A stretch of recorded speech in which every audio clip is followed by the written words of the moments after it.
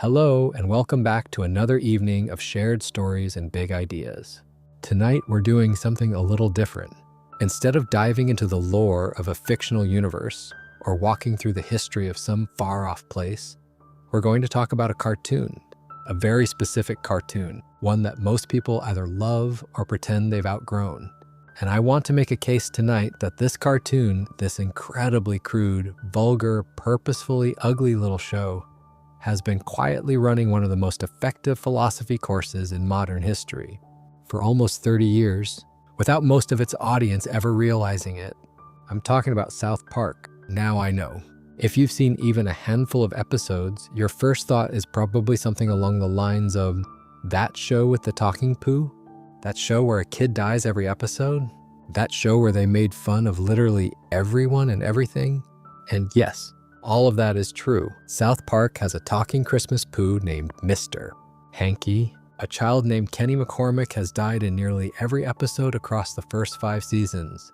The show has taken aim at every religion, every political party, every celebrity, every cultural movement, and every sacred cow it could find. It has offended Christians, Muslims, Scientologists, environmentalists, gun owners, vegans, Republicans, Democrats, and at one point, the entire nation of Canada, sometimes in the same episode. But here's the thing I want to unpack tonight.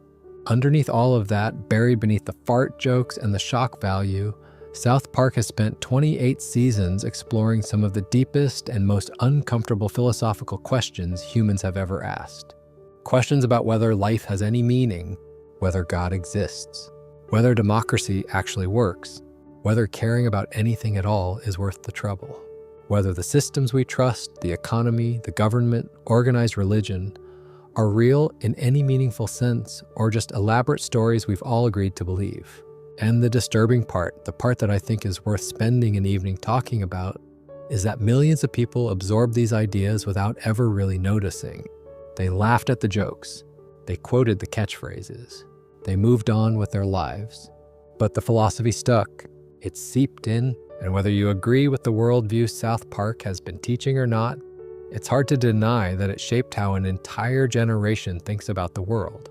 So tonight, we're going to walk through all of it. We'll talk about the show's creators and what they actually believe. We'll break down specific episodes that are basically philosophy lectures disguised as comedy.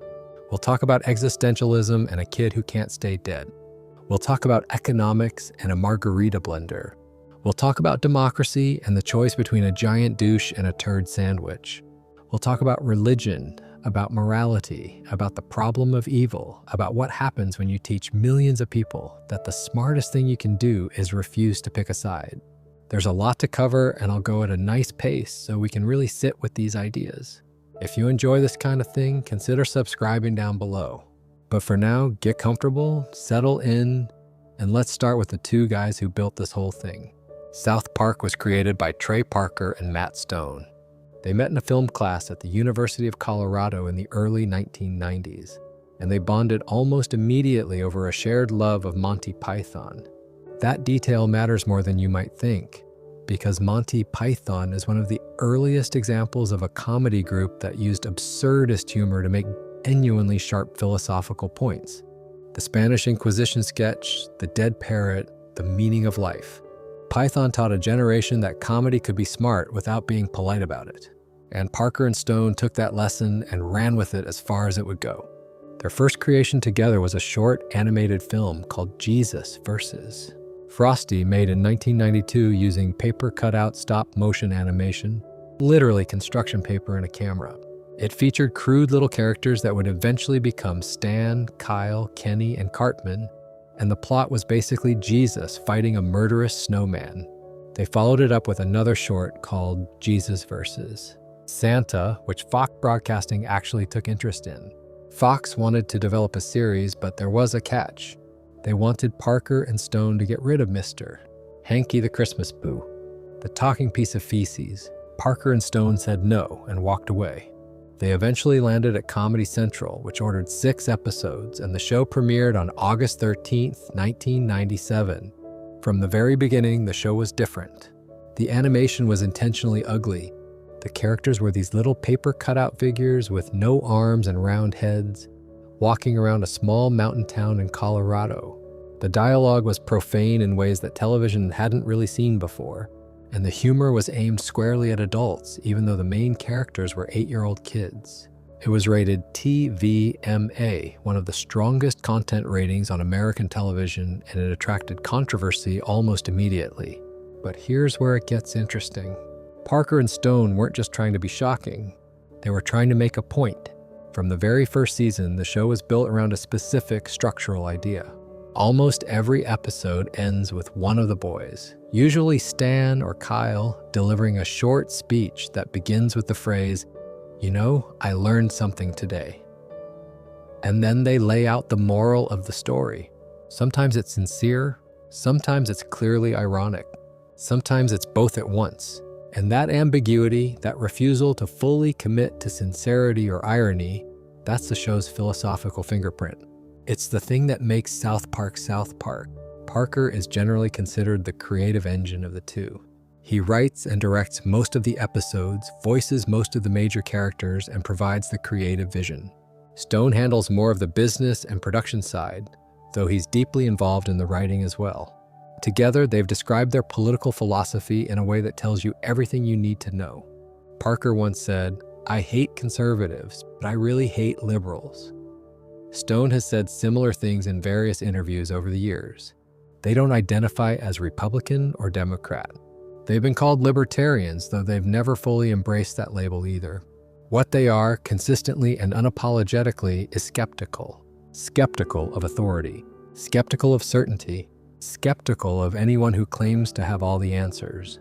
And that skepticism is the engine that drives the entire show. Now, to understand the philosophy of South Park, you need to understand the town itself, because the setting is doing a lot of philosophical work. South Park, Colorado is a small, isolated mountain town. It's cut off from the rest of the world in a lot of ways. The adults are, almost without exception, idiots.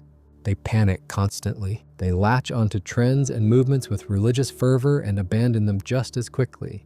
They're manipulated by media, by politicians, by celebrities, by each other. The only characters who consistently see through the nonsense are the 4 boys. Stan Marsh, Kyle Broflovsky, Eric Cartman, and Kenny McCormick. 4 fourth graders who are usually the smartest people in any room. That dynamic is doing something really clever. By making children the voice of reason and adults the voice of hysteria, the show is making an implicit argument about wisdom.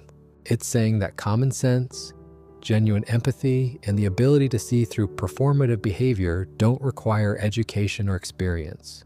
In fact, education and experience might actually get in the way because they give you more sophisticated tools for self-deception. The adults of South Park aren't stupid because they lack knowledge. They're stupid because they've accumulated so many beliefs and biases and ideological commitments that they can't think clearly anymore. The kids haven't been corrupted by all of that yet, so they can see what's actually going on. This is, whether Parker and Stone know it or not, a very old philosophical idea. It echoes Socrates, who famously said that the wisest person is the one who knows they know nothing. It echoes the Zen Buddhist concept of beginner's mind, the idea that approaching the world with fresh eyes is more valuable than approaching it with years of accumulated assumptions. And it echoes a long tradition of using fools and children as truth-tellers in literature, from Shakespeare's jesters to the child in the emperor's new clothes. But South Park takes it further than most, because the children in South Park aren't innocent. They're foul-mouthed, selfish, occasionally cruel, and capable of genuine malice. Cartman, in particular, is one of the most morally repugnant characters in the history of television. He's racist, anti-Semitic, manipulative, and has committed actual atrocities over the course of the series. He once tricked a boy named Scott Tenorman into eating his own parents in a bowl of chili. That is not a joke.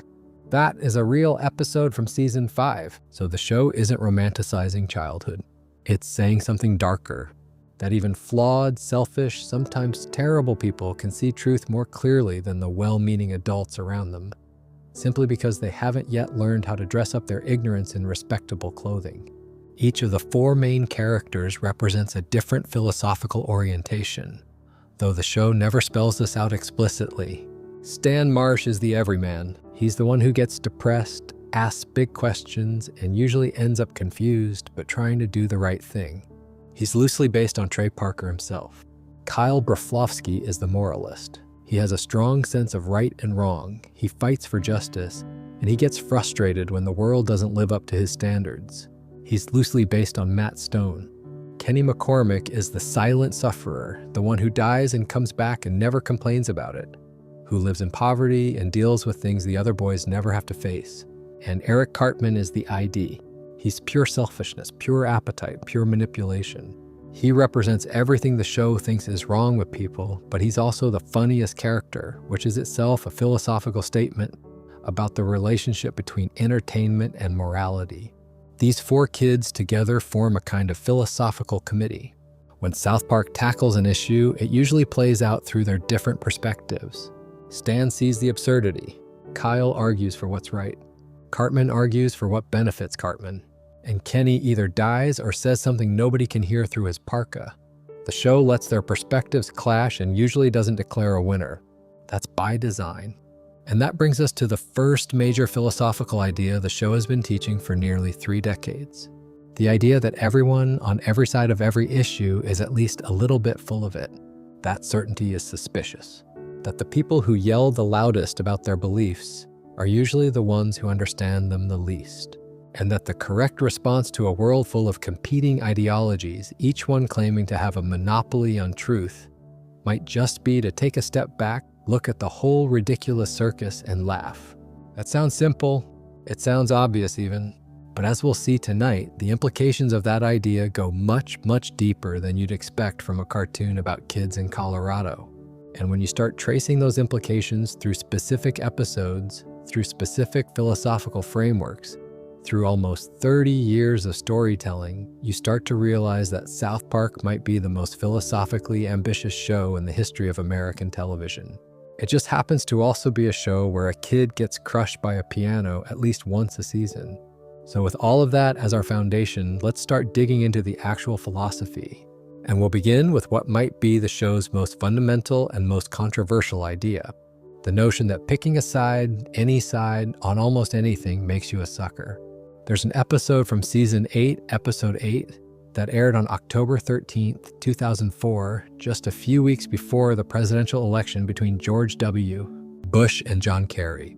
The episode is called Douche and Turd, and I think it might be the single most influential piece of political philosophy produced in America in the 21st century. Not because it's the most rigorous or the most nuanced, but because more people absorbed its message than have ever read a political philosophy textbook, and the message stuck. Here's what happens. South Park Elementary needs a new school mascot because PETA, the animal rights group, has complained that using a real cow is offensive. The students have to vote on a replacement. The two candidates are a giant douche and a turd sandwich. Literally. Those are the options. Kyle nominates the giant douche and Cartman nominates the turd sandwich. And the school takes the election completely seriously, with campaign posters, rallies, and debates between a giant anthropomorphic douche and an actual turd between 2 slices of bread. Stan refuses to vote. He looks at both options and says, reasonably enough, that they're both terrible and he shouldn't have to choose between them. This does not go over well. His friends pressure him. His parents lecture him. The school shames him. And then it gets extreme. Stan is literally banished from South Park for refusing to vote. He's cast out into the wilderness. While he's gone, he's hunted by a group led by P. Diddy and his Vote or Die campaign, which in the show is portrayed as a literal death squad that murders people who don't participate in democracy. It's absurd and it's hilarious and it's making a very sharp point. Eventually, Stan gives in. He comes back to South Park and casts his vote. The giant douche wins by a single vote. Stan's vote. And then PETA gets eaten by some wild animals, so the school goes back to its old cow mascot, making the entire election meaningless. Kyle tries to comfort Stan by telling him that every election is between a douche and a turd. That's how it always works. You pick the one that's slightly less terrible and you live with it. Now, on the surface, this is a funny episode about a school election, but the philosophical argument underneath it is genuinely significant. What Parker and Stone are saying is that representative democracy, as practiced in a two-party system, often reduces to a choice between two inadequate options, and that the social pressure to participate in that choice, to pick a side and defend it passionately, is itself a form of coercion. The episode doesn't say democracy is bad. It says that the ritual of voting has become a kind of secular religion, where participation is treated as sacred and refusal to participate is treated as heresy, regardless of whether the actual choices on offer are worth participating in. This maps onto real political philosophy in a bunch of interesting ways. There's a concept called the paradox of voting, which economists and political scientists have debated for decades. The basic idea is that the probability of any single vote changing the outcome of an election is so astronomically small that the act of voting is, from a purely rational standpoint, irrational. The time and effort it takes to get informed, travel to a polling station, and cast a ballot almost certainly outweigh the expected impact of that vote. And yet people vote anyway because they feel a moral or civic obligation to do so. South Park is poking at exactly that tension. Why do we treat voting as a sacred duty when the options are often genuinely terrible? The episode also touches on something political theorists call the problem of false equivalence. By presenting both candidates as equally absurd, the show is making an implicit argument that the differences between political parties are smaller than partisans want to admit. This became hugely controversial in later years, particularly after the 2016 presidential election, when critics argued that South Park's 20-year drumbeat of both sides are the same had contributed to voter apathy and the normalization of extreme candidates. If you've spent 2 decades being told that every election is a choice between garbage, the argument goes, you're less likely to take any election seriously, even when the stakes are genuinely high. But I think the critics miss something important about the episode, because it doesn't actually end with Stan staying home. Stan votes. He hates it, he thinks it's stupid, but he does it. And Kyle's final message isn't, don't bother. It's, this is how it works, and you still have to show up. That's not nihilism. That's something closer to what philosophers call pragmatic resignation. You acknowledge that the system is flawed, you acknowledge that your options are bad, and you participate anyway because the alternative is worse. It's not inspiring, it's not uplifting, but it's honest in a way that most political commentary isn't. And that honesty, that willingness to say out loud what a lot of people are thinking but feel guilty about thinking, is one of the reasons South Park connected so deeply with its audience.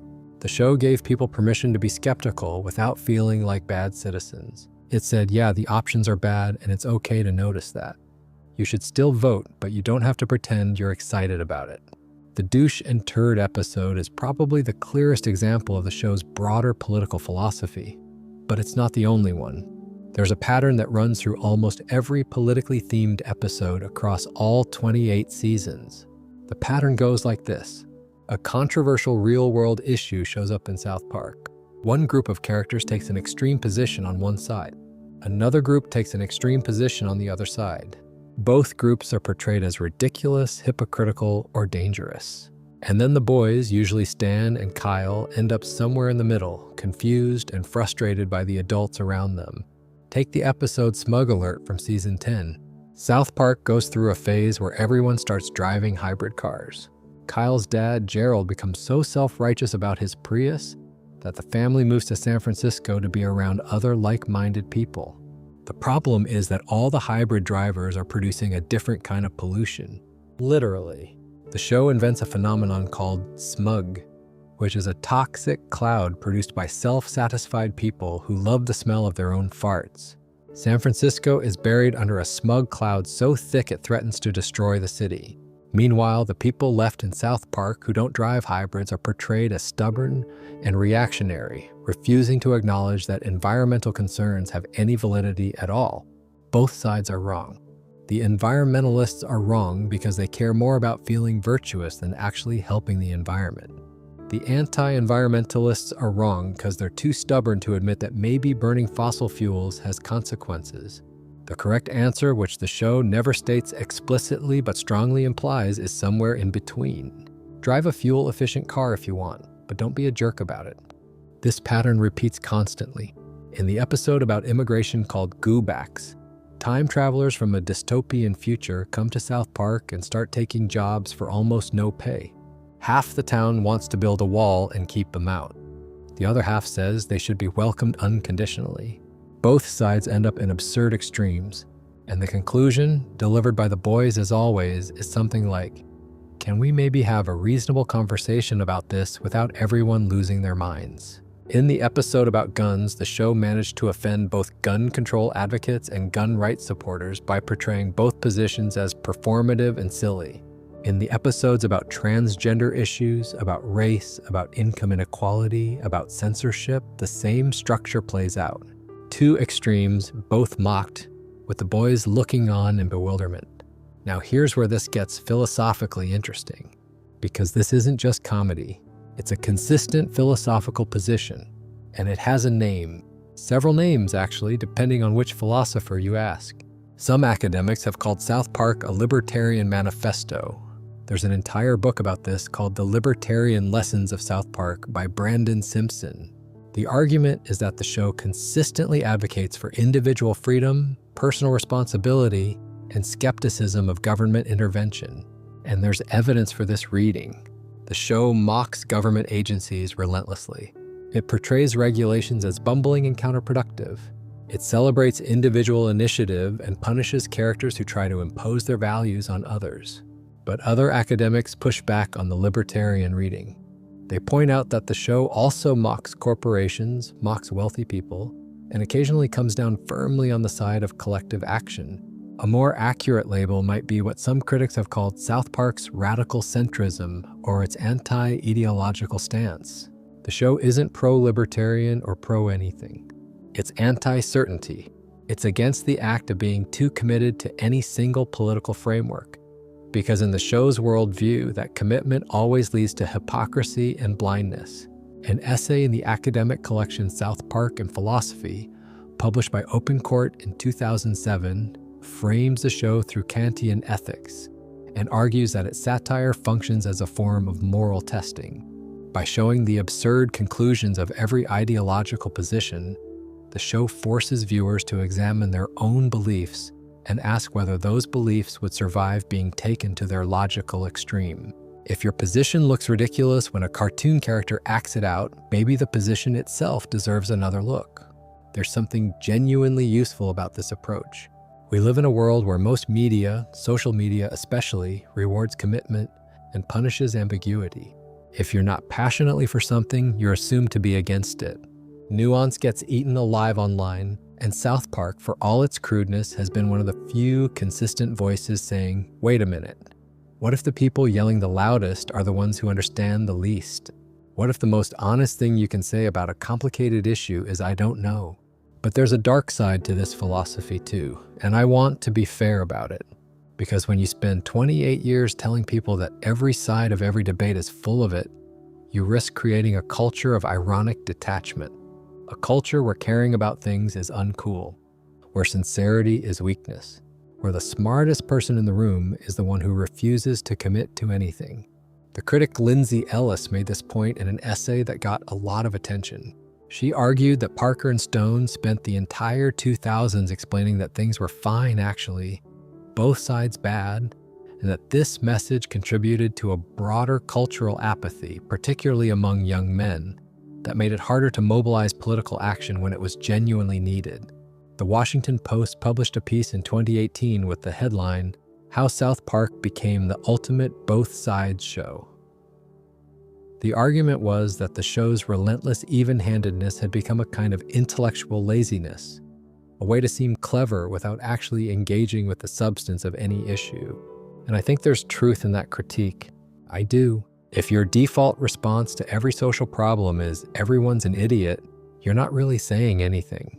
You're just performing superiority while the world burns around you. And South Park has absolutely been guilty of that at times. There are episodes where the show's commitment to mocking both sides leads it to draw false equivalences between positions that aren't actually equivalent. An episode that treats climate change deniers and climate activists as equally silly is not in fact being balanced. It's being lazy. And here's where it gets complicated again, I don't think that's all the show is doing. Because underneath the cynicism, underneath the both sides mockery, there's a quiet thread of genuine idealism that runs through the entire series. The boys care about each other. They try to do the right thing.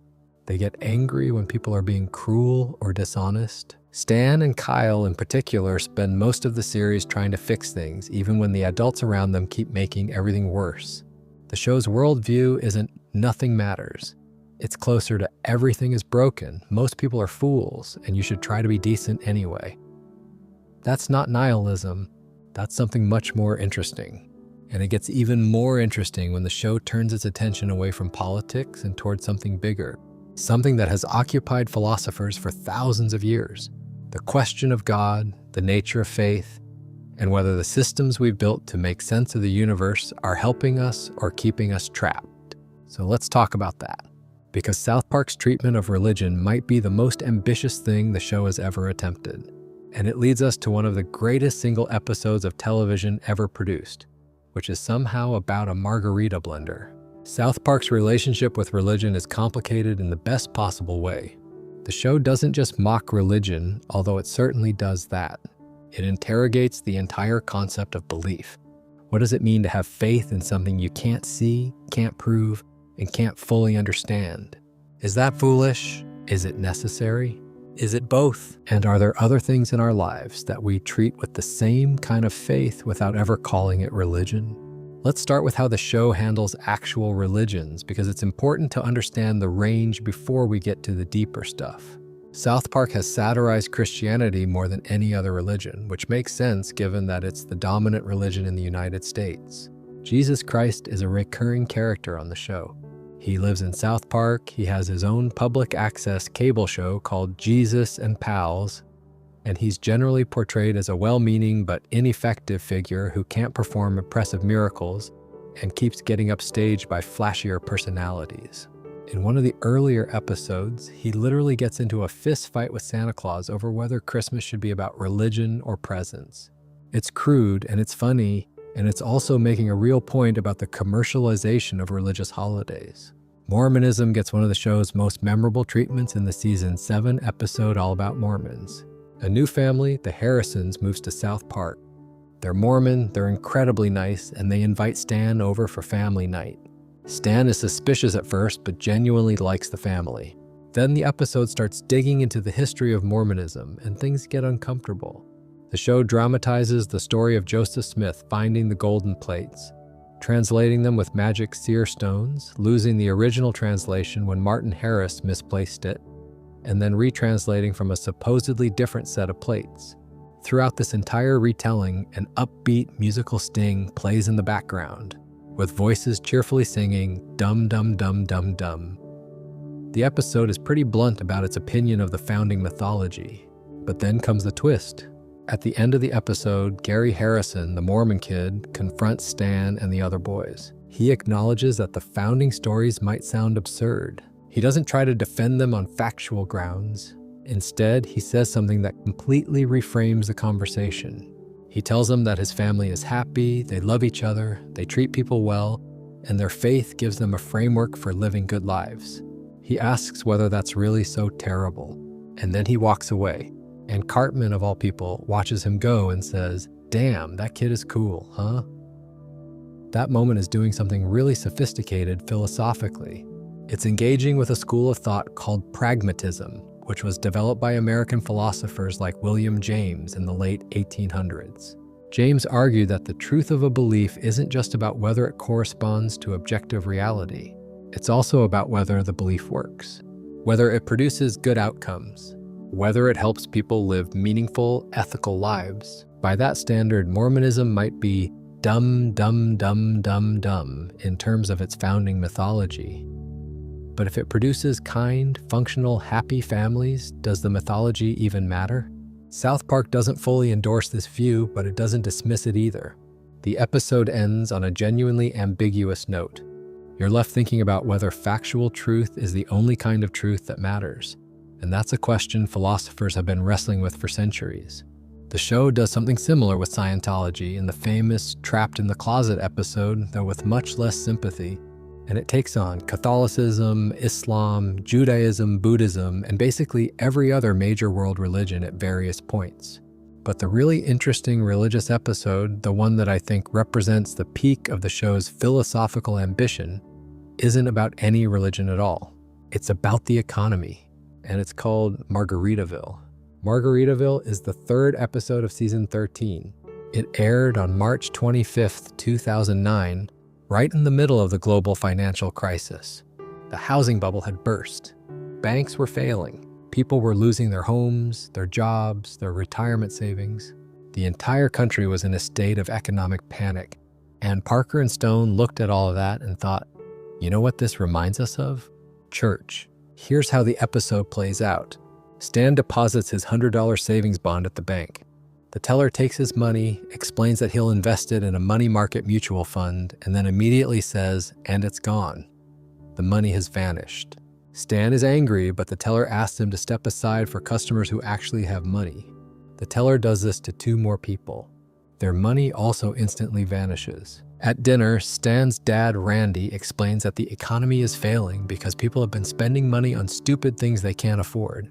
He delivers this lecture while making himself a margarita in an expensive Margaritaville brand blender that he obviously bought with money he didn't have and put on a credit card. The blending is so loud it drowns out half his explanation, which is a beautiful little visual metaphor for how people's own irresponsible behavior makes it impossible for them to hear their own advice. Randy's reaction to the economic crisis is to treat it as divine punishment. He starts preaching on street corners, telling people that they have angered the economy with their reckless spending. He says they must repent, they must sacrifice, they must stop buying things, stop watching cable, wear bed sheets instead of clothes, ride llamas instead of driving, and make their children play with squirrels instead of video games. People start following him. They literally start wearing togas and living like an ancient religious sect trying to appease an angry god. Meanwhile, other people in town are preaching their own theories about the economic collapse. A Wall Street executive blames low interest rates. A regular citizen blames Wall Street. And Cartman, because he's Cartman, blames the Jews for hiding all the money in some secret cave built in the early 60s. Then Kyle enters the picture. Kyle is fed up with everybody's hysteria. He starts preaching his own message, which is that the economy is not an angry deity. It's not punishing anyone. It doesn't have feelings or intentions. The economy, Kyle says, only exists because people believe in it. If people have faith in the economy and spend money responsibly, the economy improves. If they lose faith and hoard their money, it collapses. The economy is, in Kyle's words, basically the same as religion. It's real because we collectively agree it's real. This is, remarkably, a pretty accurate description of how fiat currency and consumer confidence actually work. The US dollar has value because everyone agrees it has value. The stock market goes up because people believe it will go up, so they invest, which makes it go up.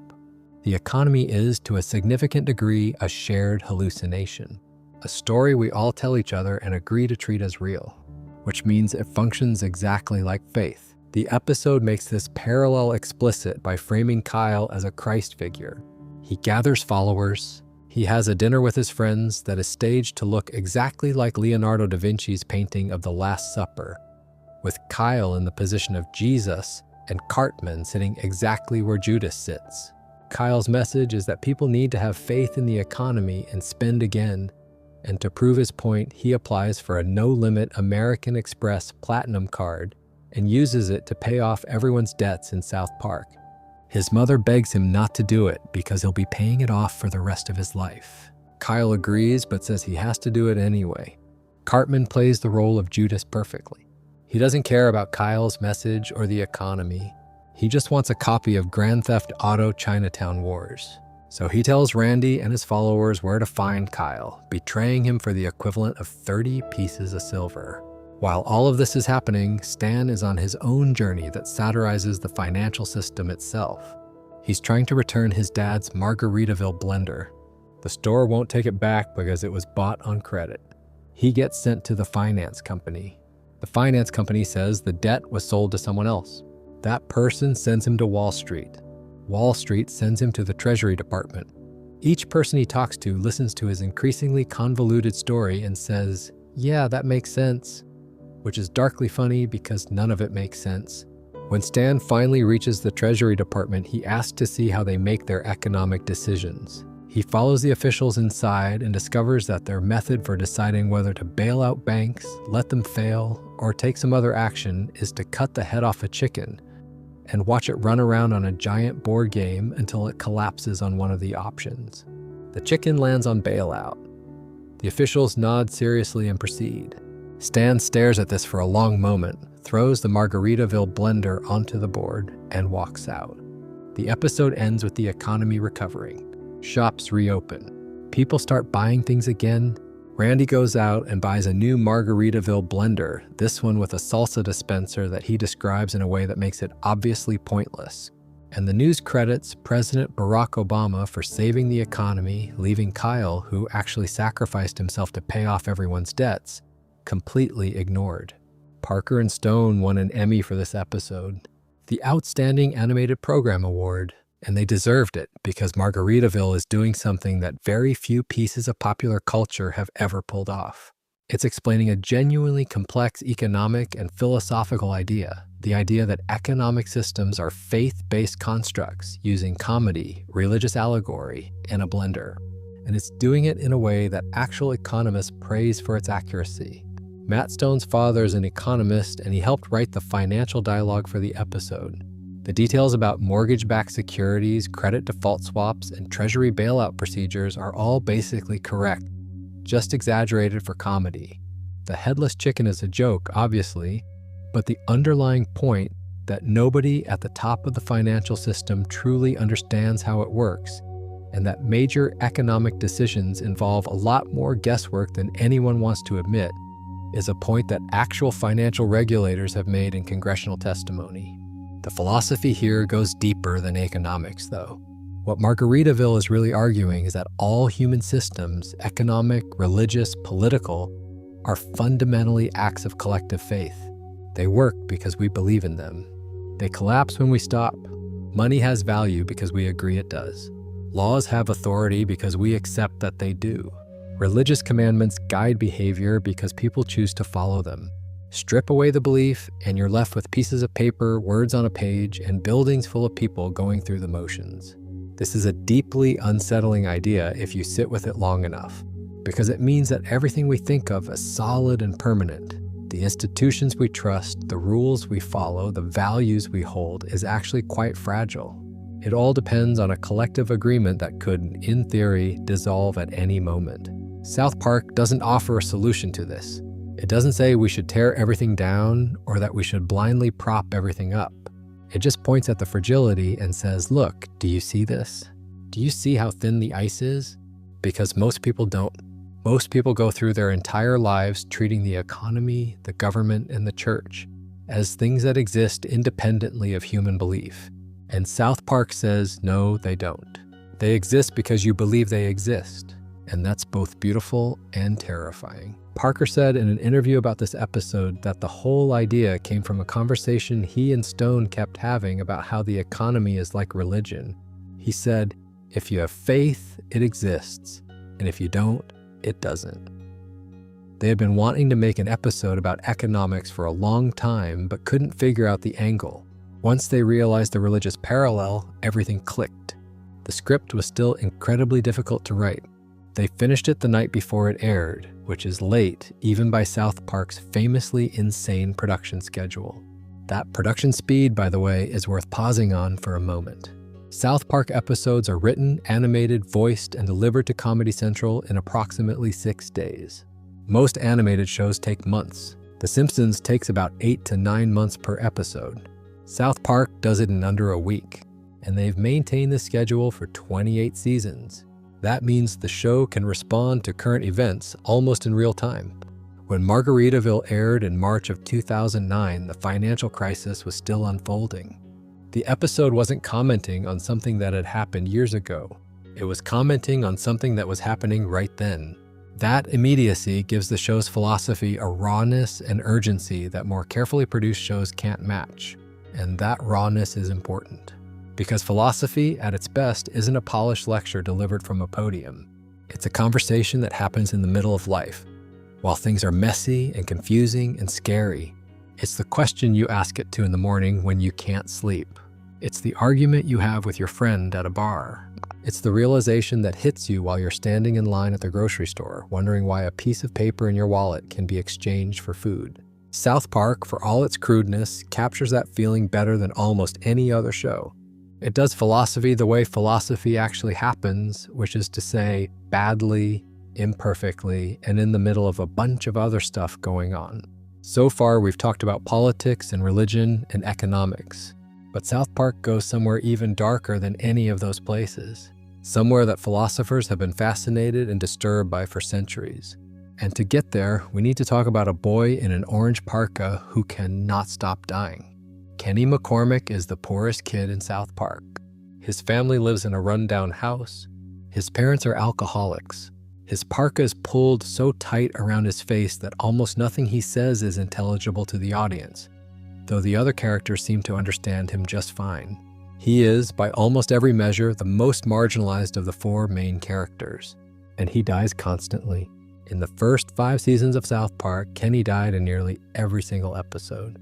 He has been crushed by falling objects, impaled, eaten by animals, blown up, shot, burned, dismembered, and killed in ways so creative and elaborate that cataloging them all would take an entire video of its own. After each death, Stan yells, "Oh my God, they killed Kenny," and Kyle yells, "You bastards." Then the rats show up and start nibbling on the body. And then in the next episode, Kenny is back, alive in his orange parka, with no explanation, and nobody ever talks about it. This might seem like just a running gag. A lot of viewers treat it that way. Funny how the kid dies every week, haha. But there's a reason that multiple academic papers have been written about Kenny's deaths, and it's because the gag is doing something much more sophisticated than it appears. Randall Ogzeye, a philosophy professor at Southern Illinois University, wrote an essay called "Killing Kenny: Our Daily Dose of Death," which was published in the book South Park, and philosophy bigger, longer, and more penetrating. His argument is that Kenny's recurring death serves a specific psychological function for the audience. By watching a character die in absurd, comical ways every week, and then seeing him return with no consequences, viewers gradually become more comfortable with the concept of death itself. Not in a desensitizing way necessarily, but in a normalizing way. Death is the one thing every human being fears and avoids thinking about. Kenny's deaths take that fear and turn it into something manageable. Something you can laugh at, something that happens and then life goes on. Karen Fry, a professor at the University of Wisconsin at Stevens Point, took the analysis further. She wrote about the parallels between Kenny and the existentialist philosophers, particularly Albert Camus. Camus is the French philosopher best known for the essay The Myth of Sisyphus, published in 1942. In it, Camus tackles what he calls the only truly serious philosophical question, which is whether life is worth living. Not in a clinical sense, but in a cosmic one. If the universe is meaningless, if there's no God, no afterlife, no cosmic plan, then why bother? Why not just give up? Camus's answer is rooted in the myth of Sisyphus. In Greek mythology, Sisyphus was condemned by the gods to push a boulder up a hill for all eternity. Every time he reaches the top, the boulder rolls back down and he has to start over. It's a punishment designed to be the worst thing imaginable because it's effort without purpose, work without meaning, repetition without progress. But Camus doesn't see Sisyphus as tragic. He sees him as heroic because Sisyphus keeps pushing the boulder. He doesn't give up. He doesn't collapse in despair. He walks back down the hill, shoulders the rock, and starts climbing again. And Camus says we must imagine Sisyphus happy, because the act of pushing, the act of continuing in the face of total meaninglessness, is itself the meaning. The rebellion against absurdity is what gives life value, not the outcome, not the reward, just the refusal to stop. Kenny McCormick is Sisyphus. He dies, which is the boulder rolling back down the hill. He comes back, which is the walk back to the bottom. He lives his life, gets involved in adventures, tries to help his friends, and then he dies again. And he never stops. He never opts out. He never says, "What's the point? I'm just going to die anyway." He just keeps being Kenny. He keeps showing up, and nobody around him gives him any credit for it. His deaths are treated as inconveniences, as punchlines, as things that happen and don't matter. And still he persists. That persistence in the face of cosmic indifference is the core of absurdist philosophy. The universe doesn't care about you. It will not reward your suffering. It will not punish your cruelty. It just is. And the absurd hero's response is not despair, not denial, but a kind of defiant joy. I know this is meaningless. I'm going to do it anyway. That's Kenny. What's particularly clever about the way South Park handles this is that the show never explains Kenny's deaths in philosophical terms. There's no episode where a character sits down and says, you know, Kenny's situation is really a metaphor for the absurdist condition. The philosophy is embedded in the structure of the show itself. It's in the repetition. It's in the audience's gradual acceptance of something that should be horrifying. Death becomes routine, and that routine becomes paradoxically comforting. We watch Kenny die, and we know he'll be back. Life goes on. The boulder rolls back down, and we start pushing again. The show did eventually address Kenny's deaths more directly, particularly in the Coon and Friends trilogy in season 14, where it's revealed that Kenny's immortality is connected to his parents' involvement with the cult of Cthulhu. Every time Kenny dies, his mother gives birth to a new Kenny, and his soul passes into the new body. He wakes up in bed, and nobody remembers anything. This is played for both comedy and genuine tragedy because Kenny is aware of what's happening. He remembers every death. He carries the weight of having died hundreds of times while everyone around him goes about their lives as if nothing happened. There's an earlier moment in the episode Cherokee Hair Tampons where Kenny gets visibly upset because Stan is crying over Kyle being sick, but has never once shown that kind of emotion over Kenny's many, many deaths. Kenny is offended, and rightly so. The people closest to him treat his suffering as irrelevant. His pain doesn't register. His deaths don't count. And he has to live with that knowledge. If you wanted to get really dark about it, you could read Kenny as a metaphor for marginalized people in general. People whose suffering is invisible. People who die figuratively or literally, and the world just keeps turning. The show doesn't push this reading explicitly, but it's there if you look for it. Kenny's poverty, his muffled voice, his disposability, these aren't just jokes. They're choices that encode a specific worldview about whose lives are treated as expendable. But let's stay with the existentialism for a bit, because South Park doesn't limit its philosophical exploration of death and meaning to Kenny. There's a season 5 episode called Cartman Land that might be the show's most direct engagement with one of philosophy's oldest and most difficult problems: the problem of evil. The problem of evil in its simplest form goes like this. If God is all-powerful, all-knowing, and all-good, why does evil exist? Why do bad things happen to good people? Why do children get cancer? Why do innocent people suffer while terrible people prosper? This has been debated by theologians and philosophers for literally thousands of years. There's an entire branch of philosophy called theodicy devoted to trying to answer it. In Cartman Land, the problem of evil is presented through the lens of a 9-year-old with a hemorrhoid. Here's what happens. Cartman's grandmother dies and leaves him $1 million. He uses the money to buy an entire theme park, which he calls Cartman Land. And his plan is to keep everyone out so he can ride the rides by himself. Meanwhile, Kyle develops a hemorrhoid, a painful, debilitating hemorrhoid. While Kyle is in the hospital in agony, Cartman is riding roller coasters alone in his private theme park. Kyle snaps. He loses his faith in God, and his speech is one of the most surprisingly raw moments in the entire series. He says something along the lines of, "All my life, I was raised to believe in God, to believe that if you behave a certain way, good things will come to you. I try to be good. Every week I try to be better. And what does God give me? A hemorrhoid." While Cartman gets a theme park, what is your logic? Kyle decides there is no God. The universe is random. Good behavior doesn't get rewarded. Bad behavior doesn't get punished. Everything he was taught about cosmic justice is a lie. Then the episode reverses itself. Cartman's selfishness catches up with him. He needs to hire staff to run the park, which costs money. He needs to let in customers to cover the costs. The more customers he lets in, the more things go wrong. Eventually, the park gets shut down, Cartman gets sued, and he loses everything. Kyle sees this and regains his faith. God does exist, he decides, because God allowed Cartman to be punished for his selfishness. But here's the thing, the audience doesn't have to agree with Kyle's conclusion, and the show doesn't insist that you should. You can watch the same episode and draw the opposite lesson. Maybe Cartman's failure wasn't divine justice. Maybe it was just the predictable result of bad business decisions. Maybe the universe didn't punish Cartman. Maybe Cartman punished himself. The show presents both readings and doesn't pick one. That's sophisticated theodicy. It's engaging with one of the deepest questions in philosophy and saying, here are two ways to interpret what happened, and the honest answer is that we don't know which one is correct. Maybe God is real and justice exists. Maybe it's all random and we impose patterns on chaos because we can't handle the alternative. South Park doesn't resolve the tension. It sits in it. And that's exactly what the best philosophy does. There's another episode that explores existential territory in a completely different way. Season 4, Episode 2, Tooth Fairy Tats 2000.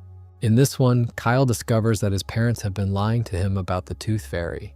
That might sound like a small thing, but the show turns it into a full-blown existential crisis. If his parents lied about the Tooth Fairy, what else did they lie about? Santa Claus? God? The nature of reality itself? Kyle starts reading philosophy books. He encounters ideas about consciousness and the nature of reality. He comes across the concept that what we call real might just be a construction of our own minds. He quotes something very close to Descartes, the 17th century philosopher famous for saying, "I think, therefore I am," who started by doubting everything he believed until the only thing he couldn't doubt was the fact that he was doubting. Kyle doesn't take it that gracefully. He spirals. He starts questioning whether anything is real, whether reality and unreality are the same thing.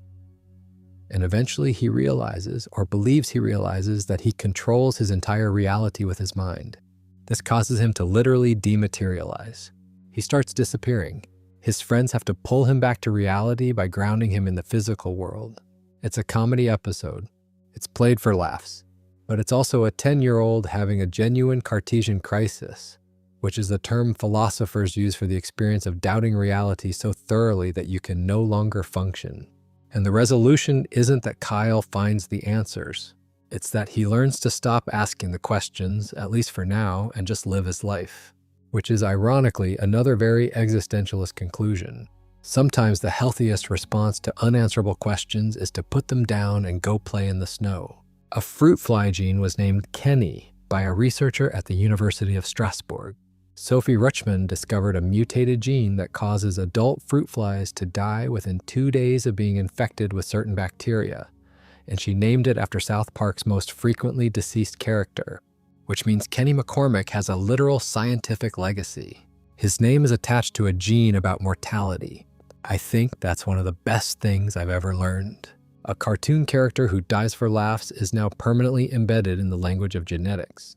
If that isn't a statement about how philosophy sneaks into unexpected places, I don't know what is. All of these threads, the political skepticism, the religious questioning, the existential confrontation with death and meaninglessness, they've been running simultaneously through the show for almost 3 decades. And individually, each one is interesting. But the really disturbing thing, the thing that keeps me up at night when I think about it too hard, is what happens when you put them all together. What is the cumulative worldview that South Park has been building? And what has it done to the people who absorbed it? That's what I want to dig into next, because I think the answer is more complicated and more troubling than either the show's fans or its critics want to admit. If you've been following along tonight, you've heard me describe a show that makes fun of every political ideology, that treats economic systems and religions as structurally identical acts of collective faith, that uses a child's repeated death as an ongoing meditation on the absurdity of existence, and that consistently argues the people most certain they're right are the ones most likely to be wrong. Take all of those ideas and stack them on top of each other. Run them through 28 seasons of storytelling. Let them accumulate in the minds of millions of viewers over the course of nearly 3 decades. What do you get? You get a worldview, a specific, coherent, and deeply influential worldview that most of its adherents never consciously chose to adopt. They just watched a funny cartoon every week and it seeped in the way all the most effective ideology does. Not through argument, but through repetition. Not through persuasion, but through entertainment. Let me try to lay out that worldview as clearly as I can because I think naming it is important. First, every ideology is flawed, and the people who hold ideologies most passionately are usually the biggest hypocrites. The environmentalist who drives an SUV, the fiscal conservative who buys a useless Margaritaville blender on credit, the religious leader who doesn't practice what he preaches, the activist who cares more about being seen as virtuous than actually doing anything useful. South Park has spent decades showing that ideological commitment almost always comes with a blind spot, and that blind spot almost always makes you ridiculous. Second, systems of authority are, at best, incompetent. Government agencies are staffed by fools. Schools are run by clueless administrators. The media is either sensationalist or dishonest. The financial system literally makes decisions by watching a headless chicken run around a board game. The police are useless. The military is absurd. Every institution South Park has ever depicted has been shown to be fundamentally broken, not because the people in them are evil, necessarily, but because large organizations inevitably become more concerned with self-preservation than with actually serving the people they were built to help. Third, death is random and meaningless, and the universe is indifferent to human suffering.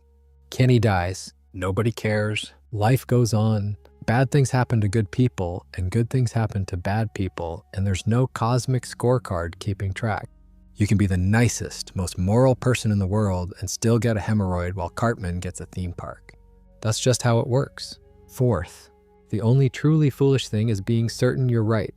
This is maybe the most consistent message across all 28 seasons. Every character who is absolutely sure they have the answer, Randy with his economic austerity cult, Kyle's mom with her various moral crusades, Mr. Garrison in any of his dozens of transformation arcs, Cartman with literally everything, every one of them is proven wrong, or at least proven to be far less right than they thought they were. The show's heroes, to the extent it has heroes, are the characters who can admit they don't know, who can hold uncertainty without collapsing. And fifth, and this is the one that makes me the most uneasy, caring too much about anything at all makes you a target. It makes you vulnerable. It makes you look silly. The characters in South Park who care the most are the ones who get mocked the most. The activists, the believers, the crusaders, the passionate. The show's implicit message, reinforced over thousands of episodes, is that emotional investment in causes, beliefs, or movements is inherently suspect. That the cool, detached observer who sees through everything is wiser than the committed participant who might get it wrong. Now, I want to be fair about this. Each of those 5 points taken individually has real philosophical merit. Ideological humility is valuable. Institutional skepticism is healthy. Confronting mortality is important. Certainty can be dangerous, and it's true that passionate commitment sometimes blinds people to their own hypocrisy. The problem isn't with any single one of these ideas. The problem is with all of them together, because when you combine radical skepticism toward all ideology, distrust of all institutions, acceptance of cosmic meaninglessness, rejection of certainty, and suspicion of emotional commitment, you get something that looks an awful lot like paralysis. You get a person who sees through everything but believes in nothing. Who is clever enough to deconstruct any position but too detached to build one? Who is immunized against being fooled but also immunized against being moved? There's a term for this in philosophy. It's called the problem of infinite regress in skepticism. If you doubt everything, you eventually have to doubt your own doubt. And then you doubt the doubt of your doubt. And you keep going until you're standing still, unable to move in any direction because every direction has been shown to be flawed. That's not wisdom. That's a trap. And the cultural evidence suggests that this trap caught a lot of people. The generation that grew up on South Park, roughly people born between 1980 and 1995, has been characterized by researchers and cultural critics as unusually cynical about politics, unusually distrustful of institutions, and unusually resistant to joining movements or causes. Obviously, South Park isn't the only factor here. The internet, the 2008 financial crisis, the Iraq War, and a dozen other things contributed. But the show was a significant cultural force during the formative years of that generation, and its specific brand of equal opportunity mockery aligned almost perfectly with the broader trend toward ironic detachment that defined the late 1990s and 2000s. The term South Park Republican was coined in 2001 by a conservative commentator named Andrew Sullivan. It described a young, culturally libertarian voter who was fiscally conservative, socially tolerant, and deeply contemptuous of political correctness. These were people who didn't fit neatly into either party, who valued individual freedom above collective action, and who instinctively distrusted anyone who tried to tell them what to think, what to say, or what to care about. Sound familiar? Sullivan meant it as a compliment. He saw South Park Republicans as a refreshing break from the culture wars. But in retrospect, the label looks more ambiguous, because the logical endpoint of distrust everyone who tells you what to care about is don't care about anything. And while there's a certain grim satisfaction in seeing through the nonsense, seeing through things is not the same as seeing things clearly. I think about this a lot when I watch the show's treatment of climate change. In the episode Man Bear Pig, which first aired in season 10, Al Gore is portrayed as a delusional, attention-seeking fool who insists that a creature called Man Bear Pig is real and is threatening civilization. Nobody believes him. The episode treats his warnings as the ravings of a man desperate for relevance. Man Bear Pig is obviously fake and Gore is obviously pathetic, except that Man Bear Pig turned out to be real. The show acknowledged this years later in season 22 in an episode where Man Bear Pig actually shows up and starts killing people. The town has to confront the fact that they ignored a genuine threat because the person warning them about it was annoying. They make a deal with Man Bear Pig that basically passes the problem onto future generations, which is a pretty direct commentary on how societies handle climate change. To their credit, Parker and Stone revisited their earlier position and admitted through the show's storytelling that they got it wrong. The original Man Bear Pig episode was too dismissive. The threat was real, even if the messenger was ridiculous. That's a genuinely rare thing for any public figure to do, let alone through the medium of a cartoon. But it also illustrates the danger of the show's default philosophy. When your starting position is mock everyone who takes a strong stance on anything, you're going to occasionally mock people who are right.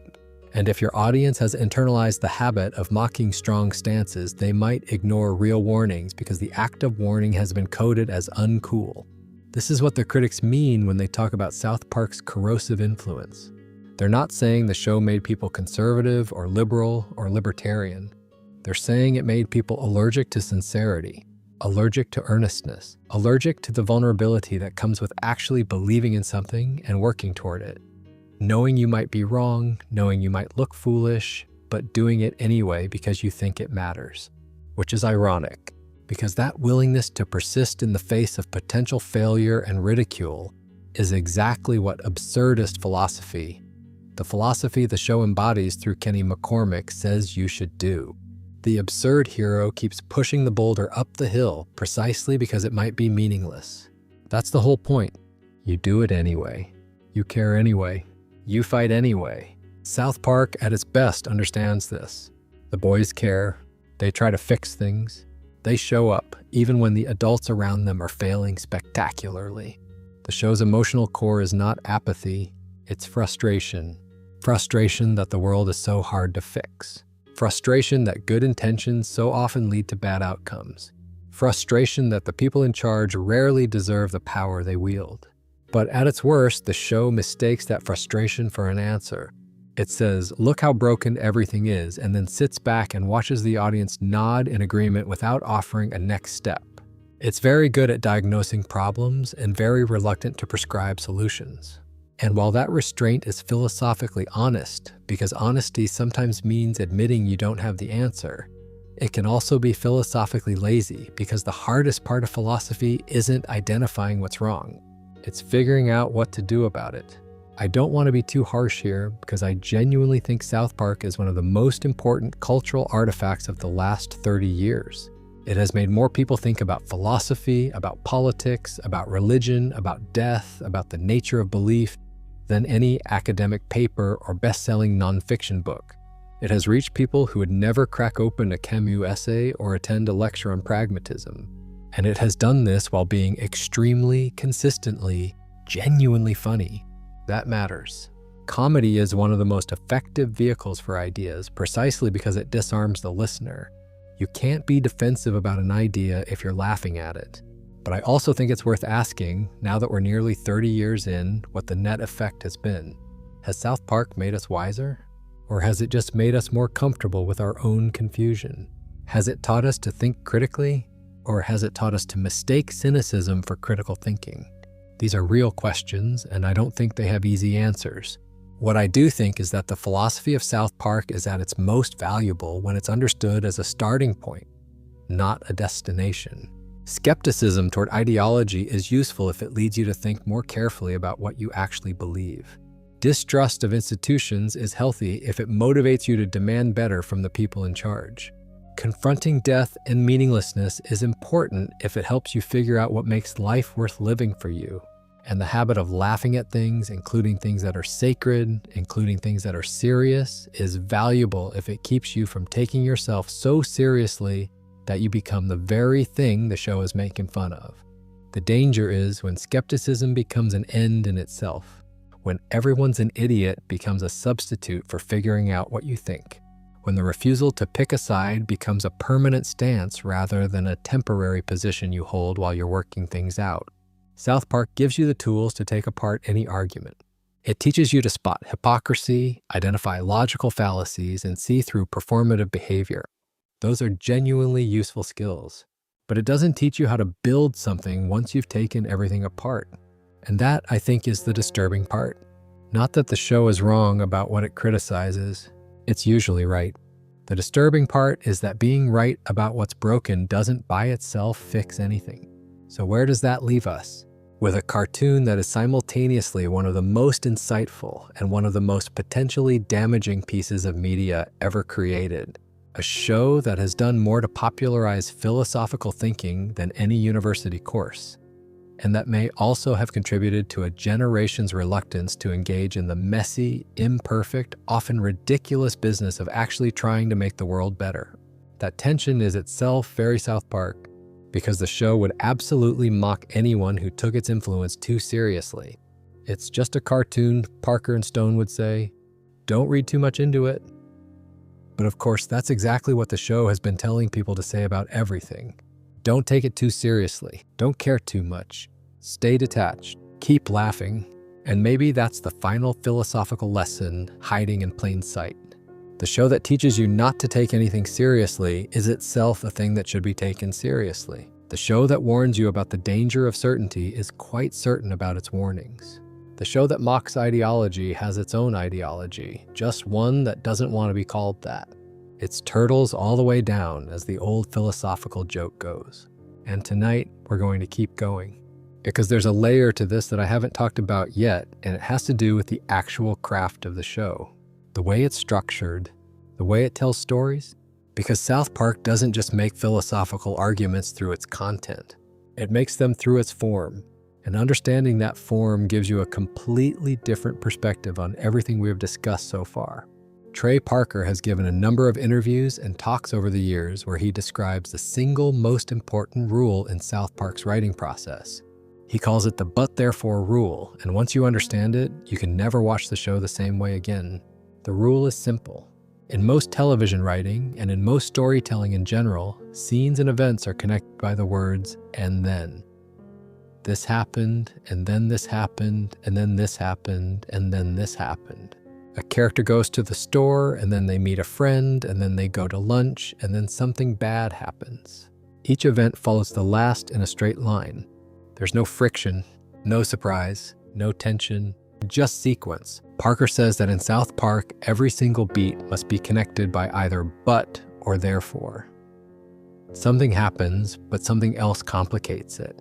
Or something happens, therefore something else results from it. Every event either creates a problem or is a consequence of a previous problem. Nothing just happens. Everything is either a complication or a consequence. This sounds like a craft rule, a tip for screenwriters, and it is. But I think it's also a philosophical statement, and a profound one. because the but therefore rule is really a claim about the nature of reality. It says that the world doesn't unfold in tidy sequences. Events don't just follow each other. They collide with each other. Every action creates a reaction. Every decision creates a new problem. Every solution reveals a new complication. The universe is not an and then place. It's a but and therefore place. It's driven by conflict, consequence, and surprise. Think about the Margaritaville episode through this lens. Randy preaches austerity, but his own behavior contradicts his message because he bought a Margaritaville blender on credit. Therefore, his followers are essentially following a hypocrite.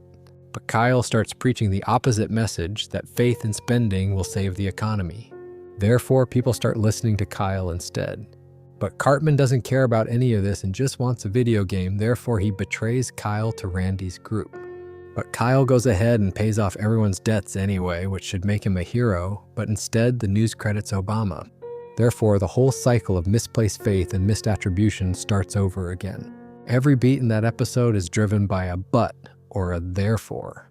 Nothing just happens. Everything is connected by tension or consequence.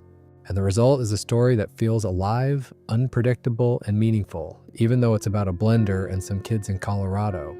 Now here's why I think this is philosophically significant. The but therefore rule mirrors the way actual philosophical arguments work. A philosophical argument isn't a sequence of unrelated statements. It's a chain of premises, objections, and conclusions. A philosopher states a position, but someone raises an objection. Therefore, the philosopher has to revise or defend the position. But the revision creates a new problem. Therefore, another revision is needed. And so on, until you arrive at something that can withstand scrutiny or until you realize the original position was wrong and you need to start over. That's exactly how South Park structures its episodes. Every episode is structurally a philosophical argument. A position is stated, usually through a character's actions or beliefs. An objection is raised, usually through the consequences of those actions. A revised position is tested. More objections arise, and by the end, you arrive at something like a conclusion, though the show is often honest enough to admit that the conclusion is provisional and might be wrong. This is not how most television works. Most television is and then storytelling. A character has a problem, and then they work on it, and then they solve it, and then they celebrate. It's satisfying, but it's flat. It doesn't challenge the viewer. It doesn't make you think. South Park storytelling, because of the but therefore rule, constantly challenges the viewer. Every time you think you know where it's going, it turns. Every time you think the argument is settled, a new objection appears. It's intellectually restless in a way that very few shows are. Parker has talked about where this rule came from. He learned it, at least in part, from studying Robert McKee's screenwriting philosophy, and also from his own instinct that boring stories are stories where nothing resists the protagonist. If a character wants something and gets it without difficulty, there's no story. The story lives in the difficulty, in the complications, in the buts. But I think the rule also comes from Parker and Stone's philosophical orientation. Remember, these are guys who are skeptical of every position, who believe that every ideology has flaws, who think the people most certain they're right are the most likely to be wrong. The but therefore rule is that philosophy expressed as a storytelling structure. It says that no position is final. No argument is airtight. There's always a but. There's always a complication. And that complication always has consequences, always leads to a therefore that you didn't expect. This is why South Park feels so different from other animated comedies. The Simpsons, which is an incredible show in its own right, tends to use and then storytelling, especially in its later seasons. Homer does something, and then there are consequences, and then he fixes it, and then everything goes back to normal. Family Guy is almost entirely and then storytelling, which is why its episodes often feel like a series of disconnected jokes rather than a coherent narrative. South Park's episodes feel different because they are structurally different. They're built on conflict and consequence at every level, from scene to scene and beat to beat. The 6-day production schedule reinforces this. Because the show is written, animated, and delivered in roughly 6 days, there's no time for second guessing. There's no time for focus groups or network notes or extensive revision. The writers have to commit to their buts and therefores in real time. They write a beat, they complicate it, they follow the consequences, and they see where it goes. The result often feels raw and surprising in a way that more polished shows can achieve, because the writers themselves don't always know where the argument is going until they get there. This rawness connects to another philosophical tradition that I think is relevant here, and that's the tradition of dialectical thinking. Dialectics, in the philosophical sense, is a method of argument that proceeds through contradiction. You state a thesis, someone states an antithesis, an opposing position, and from the collision of those two positions, a synthesis emerges, a new position that incorporates elements of both while being different from either. Georg Wilhelm Friedrich Hegel, the German philosopher, formalized this approach in the early 1800s. And while I'm not suggesting that Parker and Stone have read Hegel, because based on interviews they almost certainly haven't, their show operates on a dialectical structure. Every episode presents a thesis, usually an extreme position taken by one group of characters. Then it presents an antithesis, usually an equally extreme opposing position. And the resolution, usually delivered by the boys, is a synthesis that acknowledges the partial truth in both positions while rejecting their extremes. The Smug Alert episode is a perfect example. Thesis, environmentalism is important and people should drive hybrid cars. Antithesis, environmentalism has become a vehicle for self-righteous smugness that's more about moral performance than actual environmental impact. Synthesis, driving a fuel-efficient car is fine, but being a jerk about it defeats the purpose. That's a Hegelian dialectic played out through a story about smug clouds and hybrid Priuses. What makes this even more interesting is that South Park's dialectic is never fully resolved. The synthesis at the end of each episode is always a little unstable, a little uncertain. It doesn't tie things up in a neat bow.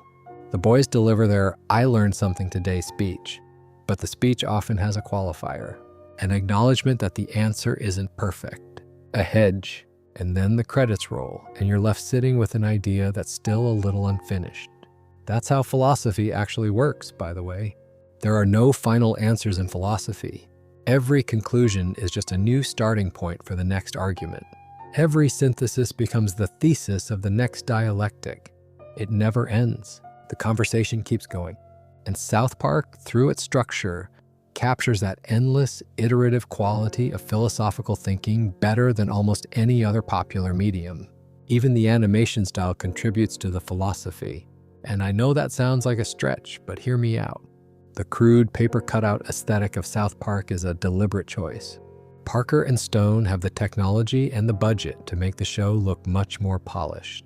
The early episodes were literally made with construction paper. The modern episodes are made with sophisticated software that simulates the paper cutout look. They choose to keep it rough. Why? Because the roughness makes a point. It says that the quality of the idea matters more than the quality of the presentation. It says that you don't need $1 million animation budget to say something smart. It's the visual equivalent of showing up to a philosophy lecture in jeans and a t-shirt instead of a 3-piece suit. The lack of polish is itself a philosophical stance. It's anti-elitist. It's democratic. It says that wisdom can come from anywhere, including from a cartoon that looks like it was made by a talented child with scissors and glue. This connects to the show's treatment of its child characters. The smartest people in South Park are children. The dumbest are adults with credentials and authority. The show consistently argues that expertise and status don't guarantee wisdom, that sometimes the person who sees most clearly is the one who hasn't been trained to see in a particular way. That's a radical epistemological claim, a claim about the nature of knowledge, and it's embedded in every episode, reinforced by the animation style, and never once stated explicitly. There's something almost Zen about it. In Zen Buddhism, there's a concept called Shoshin, or beginner's mind. It's the idea that the expert's greatest obstacle is their expertise because it prevents them from seeing things freshly. The beginner, who doesn't know the rules, who hasn't been told how things are supposed to work, can sometimes see truths that the expert is blind to. South Park's children embody beginner's mind. They haven't been corrupted by ideology, by career pressures, by social expectations, by the 1,000 compromises adults make to get through their daily lives. They can see what's actually happening because they haven't yet learned to look away. I find this deeply comforting, honestly, not because I think children are inherently wiser than adults. They're not. Cartman is proof enough of that. But because the show reminds us that clarity of vision is possible, that you don't have to accept the frameworks you've been given, that you can look at the economy, at religion, at politics, at death, and ask simple, honest questions, the kind of questions a child would ask.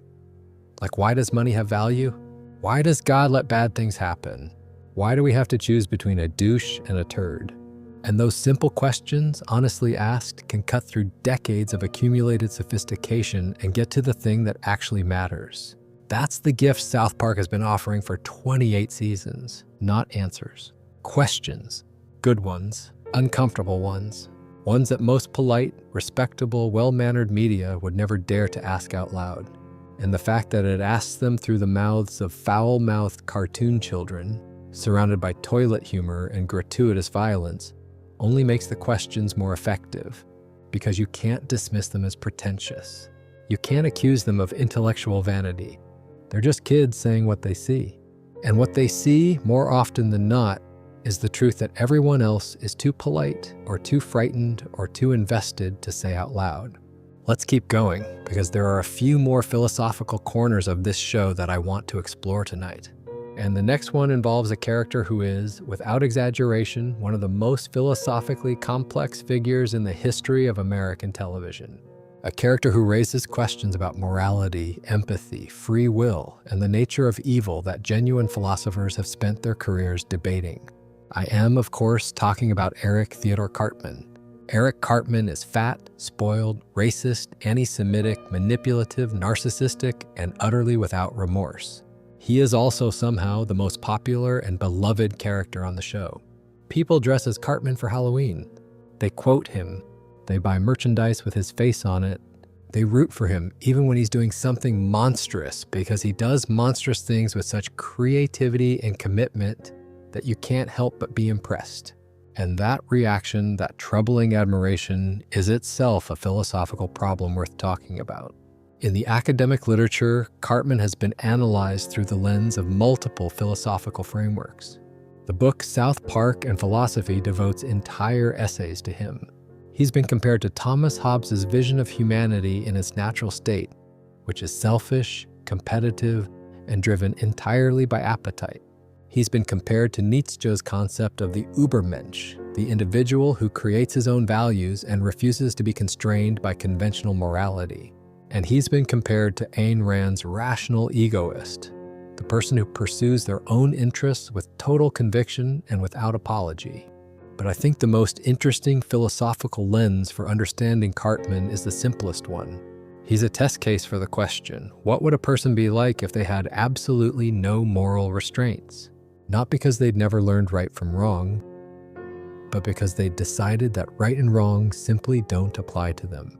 Cartman knows the difference between right and wrong. He proves it constantly.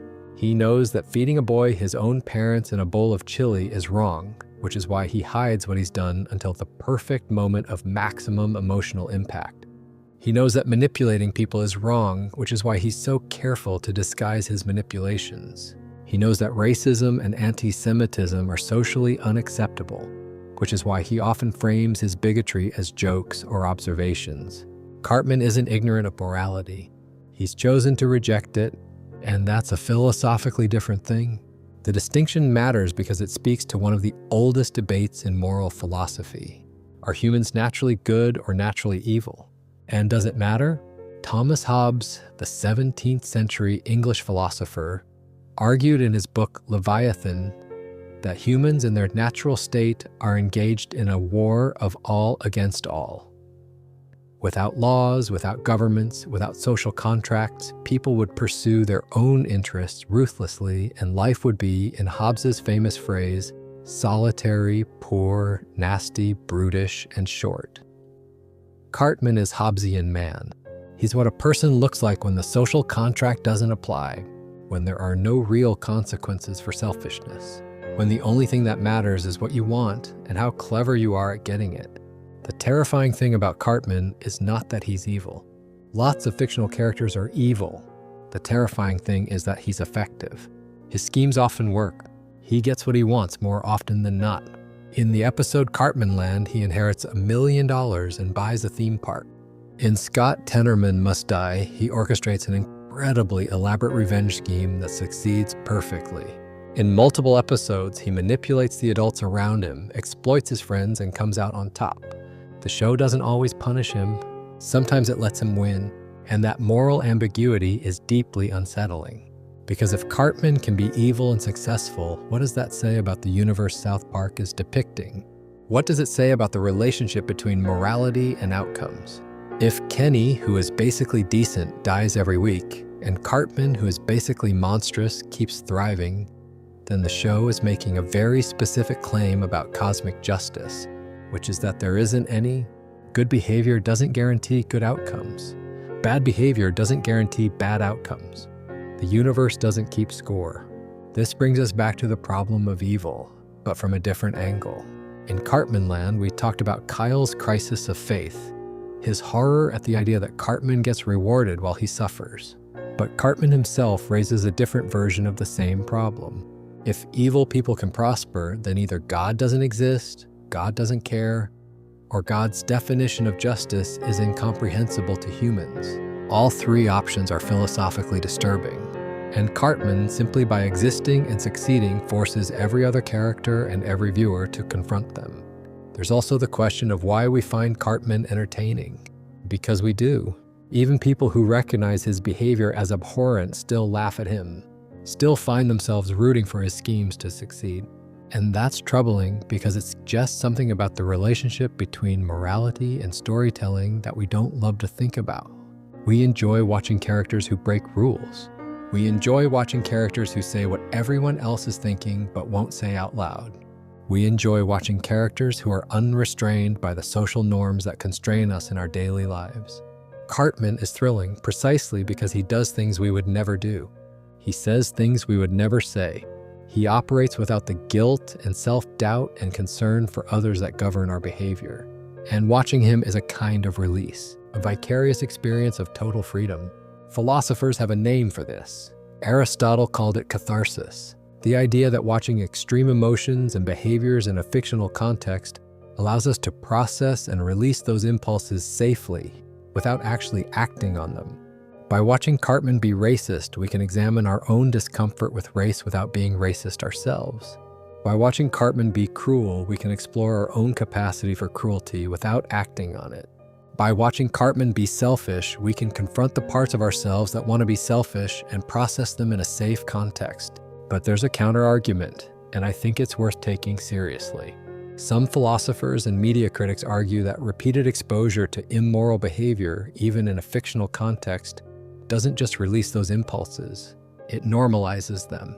If you watch Cartman be anti-Semitic in episode after episode after episode, season after season after season, at some point the anti-Semitism stops being shocking and starts being background noise. It becomes just another joke, just another Cartman thing. And when bigotry becomes comfortable, when it loses its power to disturb, that's a problem. I go back and forth on this. I genuinely do. I think South Park has done more to expose the absurdity of racism and bigotry than almost any other show on television. When Cartman blames the Jews for the economic crisis in Margaritaville, the show is not endorsing anti-Semitism. It's mocking it. It's saying, look at this idiot. He blames everything on the Jews. Isn't that pathetic? And I think most viewers get that. I think most viewers understand that Cartman is not a role model. He's a warning. But I also think there's a subset of viewers who hear Cartman's jokes and don't get the irony, who absorb the words without absorbing the critique, who repeat the jokes at school or online and gradually lose the layer of awareness that makes them satire rather than just cruelty. And the show, because it's committed to never spelling out its morals too explicitly, doesn't always do enough to distinguish between the two. This is the eternal problem with satire.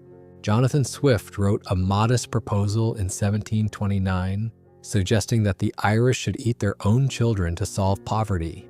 It was obviously satire. It was so obviously satire that Swift assumed no one could possibly misread it. And people misread it. People have been misreading satire for as long as satire has existed. And the more effective the satire, the more people it reaches, and the more of those people will miss the point. South Park's response to this problem is essentially to shrug. Parker and Stone have said many times that they're not responsible for how people interpret their work. They make the show they want to make, and if some people don't get the joke, that's not their problem. There's a philosophical defense for this position. It's the defense of artistic freedom, the idea that artists shouldn't censor themselves based on how their work might be misinterpreted. And I respect that position. But there's also a philosophical argument that artists bear some responsibility for the effects of their work, particularly when that work reaches millions of people. The philosopher Hans Jonas wrote about the ethics of responsibility in the context of technology, arguing that the more power you have to affect the world, the greater your moral obligation to consider the consequences. South Park, with its massive audience and cultural influence, has enormous power to shape how people think. And with that power comes at least some responsibility for what people do with the ideas the show puts into their heads. I don't think there's a clean answer to this, and I suspect Parker and Stone would agree with me on that, because South Park doesn't deal in clean answers. What I do think is that Cartman is one of the most philosophically important characters in television history, precisely because he makes these questions unavoidable. You can't watch Cartman without confronting questions about morality, about the nature of evil, about the relationship between entertainment and ethics, about whether laughter can be a tool for justice or a pathway to complacency. He's a philosophical provocation wrapped in a fat kid's body, and the fact that he's been provoking these questions for 28 years and counting is a testament to how rich and complex the character is. I want to pivot now to something a little different. We've been talking about big philosophical themes, politics, religion, death, morality.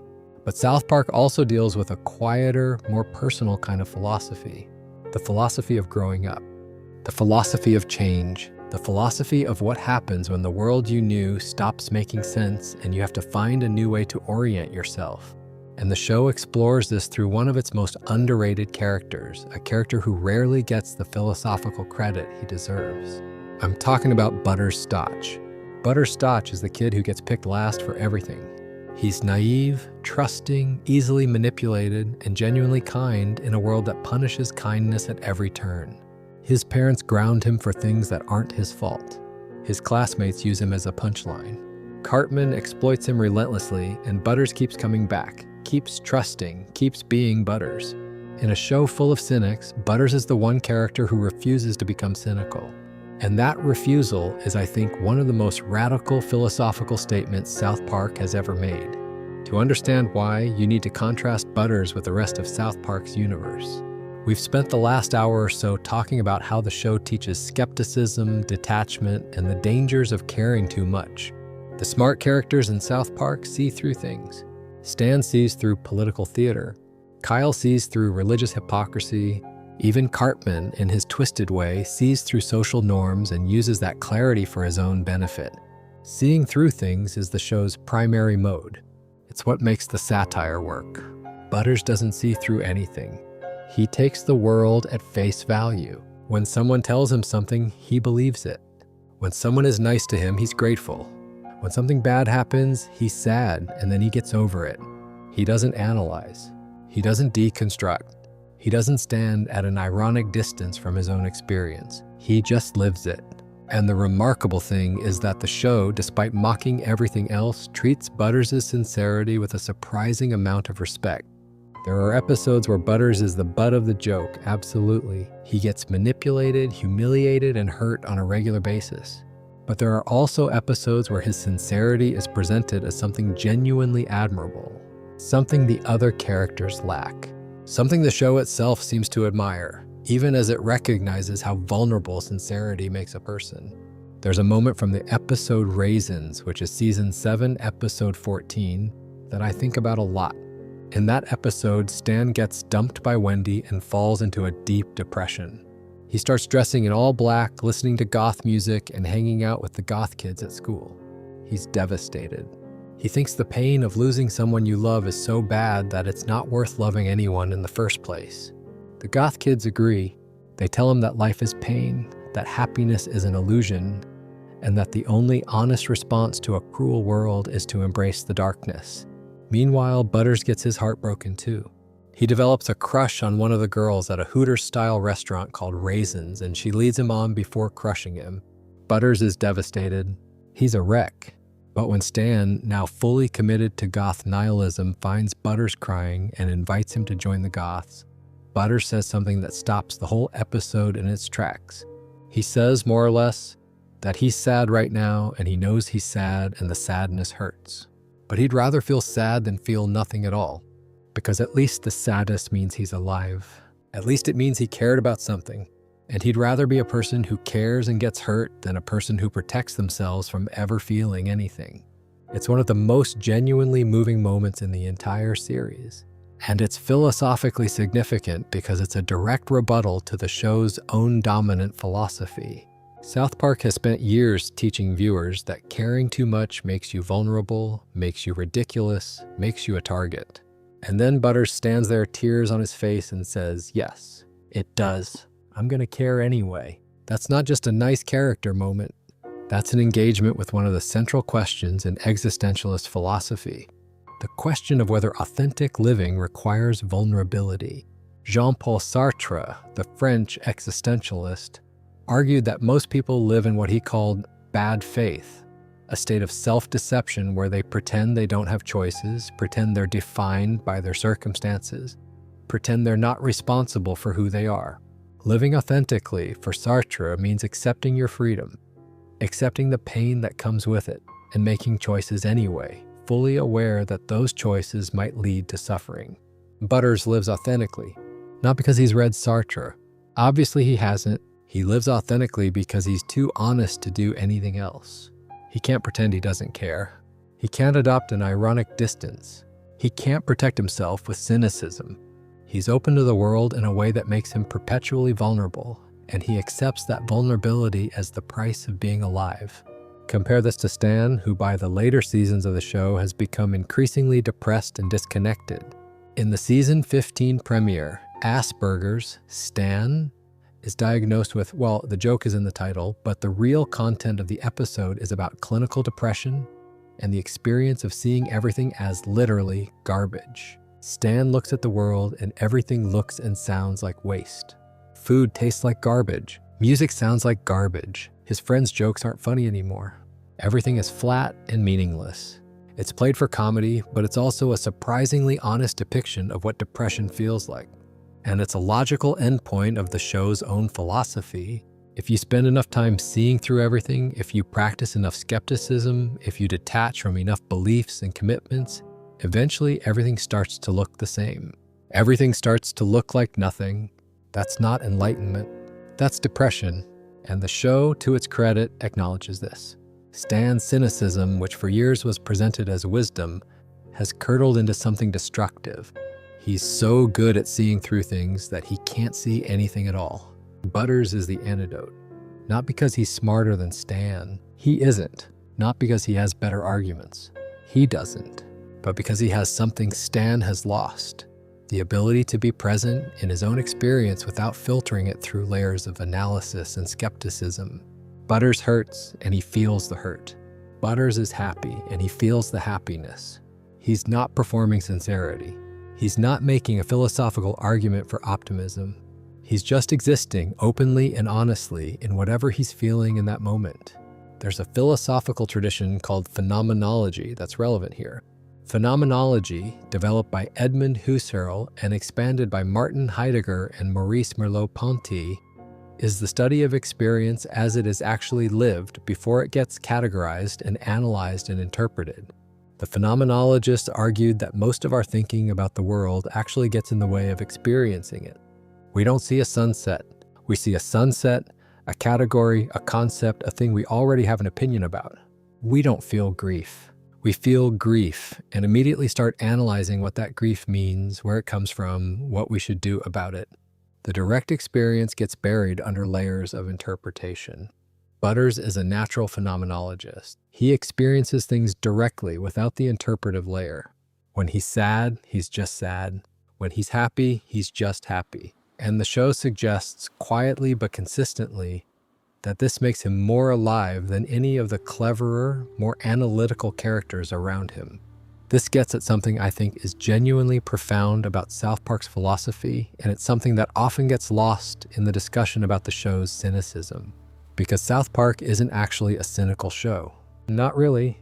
It's a skeptical show, which is different. Cynicism says nothing matters. Skepticism says let's find out what actually matters by stripping away the things that don't. And when you strip away ideology, strip away institutional loyalty, strip away religious dogma, strip away political tribalism, strip away all the things South Park spends most of its time attacking, what you're left with is something very simple. People caring about each other. Friendships that survive disagreement. The willingness to show up for someone even when the world is confusing and broken. That's what the show comes back to, episode after episode, season after season. Underneath all the vulgarity and shock value and political satire, there's a simple emotional core. Stan, Kyle, Kenny, and Cartman are friends. They fight, they disagree, they betray each other and forgive each other and hurt each other and help each other. And through it all, they stay connected. That connection, that messy, imperfect, often painful human connection is the one thing the show never mocks. It's the one thing that's treated as genuinely sacred. Even Cartman, who is a monster by any reasonable standard, is part of the circle. The other boys complain about him constantly. They know he's terrible. They know he'll manipulate and betray them at the first opportunity. And they keep hanging out with him anyway. Not because they're stupid, but because friendship, in South Park's worldview, isn't about finding people who are perfect. It's about finding people who are yours, your mess, your problem, your weird, dysfunctional, occasionally horrifying group of people who, for whatever reason, you can't quite let go of. That's a philosophical position. It's not one you'll find in most philosophy textbooks, but it's real and it matters. It says that the value of human connection isn't diminished by the fact that people are flawed. It says that you don't need to agree with someone to love them. And it says that showing up, being present, staying in the conversation, even when it's uncomfortable, is more important than being right. Butters embodies this most purely, but you can see it in all the main characters when you look carefully enough. Kyle fights with Cartman in every episode, but he never walks away for good. Stan gets depressed and disconnected, but he keeps coming back to his friends. Kenny dies and comes back and never holds a grudge. Even Cartman, in his twisted way, keeps returning to the group. He could manipulate anyone. He could find new victims, but he stays with Stan, Kyle, and Kenny because they're his people. I think this quiet, understated commitment to human connection is South Park's most important philosophical contribution. Not the political satire, though that's sharp. Not the religious commentary, though that's incisive. Not the existential exploration, though that's surprisingly deep. The most important thing the show teaches is that in a world where everything is broken and nothing makes sense and every institution is failing and every ideology is flawed, the one thing you can rely on is the people who know you well enough to put up with you anyway. It's not a grand philosophical statement. It doesn't solve any of the big problems. But it's honest, and in a show that values honesty above almost everything else, that's the highest compliment possible. Now, I want to spend some time talking about the show's evolution, because South Park in 1997 is a very different animal from South Park in 2024, and the way the show's philosophy has changed over time tells us something important about how philosophical thinking works in the real world. It's not static. It doesn't arrive at a conclusion and stop. It grows, it revises, it sometimes contradicts itself. And watching South Park grow and revise and contradict itself over 28 seasons is like watching a mind change in real time. The South Park that debuted in 1997 was, to put it bluntly, chaos. The first few seasons were primarily shock comedy. The philosophical content was there in embryonic form, but it was buried under layers of transgression and boundary testing. Parker and Stone were young, they were angry, they were thrilled to have a platform. And they used it to say and show things that had never been on television before. The early episodes are funny, but they're also messy. The show was still figuring out what it was. The first real philosophical evolution happened around seasons 4 and 5, roughly 2000 to 2001. This is when the show started to develop what fans call the I learned something today structure more consistently. This is when the episodes started to have real arguments at their center, not just jokes. The Tooth Fairy Tats episode where Kyle has his existential crisis is from Season 4. Scott Tenorman Must Die, which transformed Cartman from a funny brat into something genuinely disturbing, is from Season 5. Cartman Land, with its engagement with the problem of evil, is also from Season 5. Something clicked in that period. Parker and Stone figured out that they could use the show's transgressive energy to deliver real ideas, and the show became something fundamentally different. The next major evolution came after September 11th, 2001. South Park was one of the first shows to address the attacks directly, and the episode they made, Osama bin Laden Has Farty Pants, is not one of their best. But the period after 9/11 changed the show's relationship with politics permanently. Before 2001, South Park's political commentary was mostly aimed at small-scale cultural targets. Political correctness, self-help gurus, celebrities. After 2001, the show started engaging with geopolitics, war, civil liberties, and the role of government in a way it hadn't before.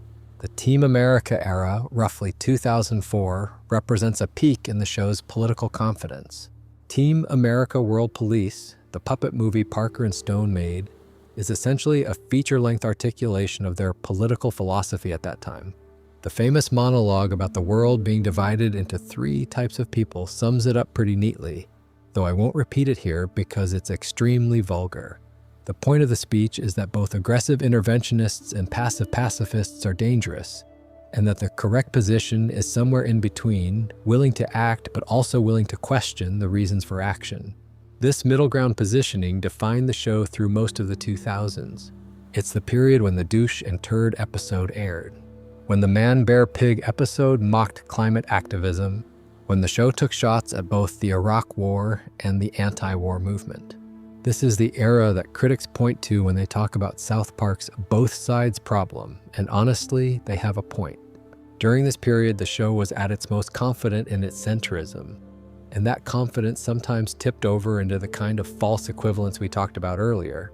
But then something interesting happened. The show started to change. Around seasons 19 and 20, which aired in 2015 and 2016, South Park did something it had never done before. It committed to serialized storytelling. Instead of standalone episodes that reset at the end, the show started telling season-long stories with continuity and character development. This was a creative risk, and it signaled a deeper philosophical shift. Season 19 introduced the character of PC Principal, a hyper-aggressive advocate for political correctness who becomes the new principal of South Park Elementary. The season is about the rise of PC culture. And at first, it seems like the show is doing what it always does, mocking both the overzealous enforcers of political correctness and the reactionaries who resist any social progress. But as the season unfolds, something more nuanced emerges. PC Principal turns out to be, despite his obnoxiousness, genuinely trying to make the school better. His methods are absurd, but his goals aren't entirely wrong, and the villain of the season isn't political correctness itself. It's the way cynical forces exploit the language of social justice for profit. The real enemy is advertising, gentrification, and corporate manipulation hiding behind progressive rhetoric. This was a significant departure from the show's earlier approach. In the 2000s, South Park would have simply mocked PC culture and moved on. In 2015, it was asking a more sophisticated question. What if political correctness is sometimes annoying but also sometimes necessary? What if the problem isn't the impulse to be more inclusive, but the way that impulse gets weaponized by people who don't actually care about inclusion? Season 20, which aired during the 2016 presidential election, went even further. The season depicted an online troll character named Skank Hunt 42. Later revealed to be Kyle's dad, Gerald, whose anonymous cruelty on the internet has real-world consequences. The season also featured a storyline about a character clearly modeled on a divisive political figure who rises to power by saying outrageous things and refusing to apologize. The show's treatment of this storyline was notably more anxious and less confident than its usual political satire.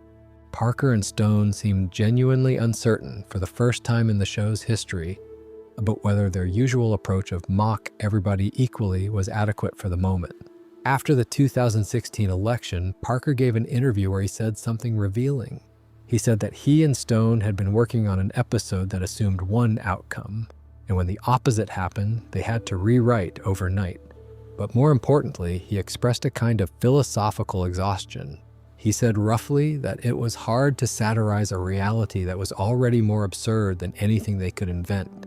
When the real world becomes its own parody, what does the satirist do? This is a genuinely interesting philosophical problem. Satire works by exaggerating reality to reveal its absurdity. But what happens when reality refuses to be exaggerated because it's already at maximum absurdity?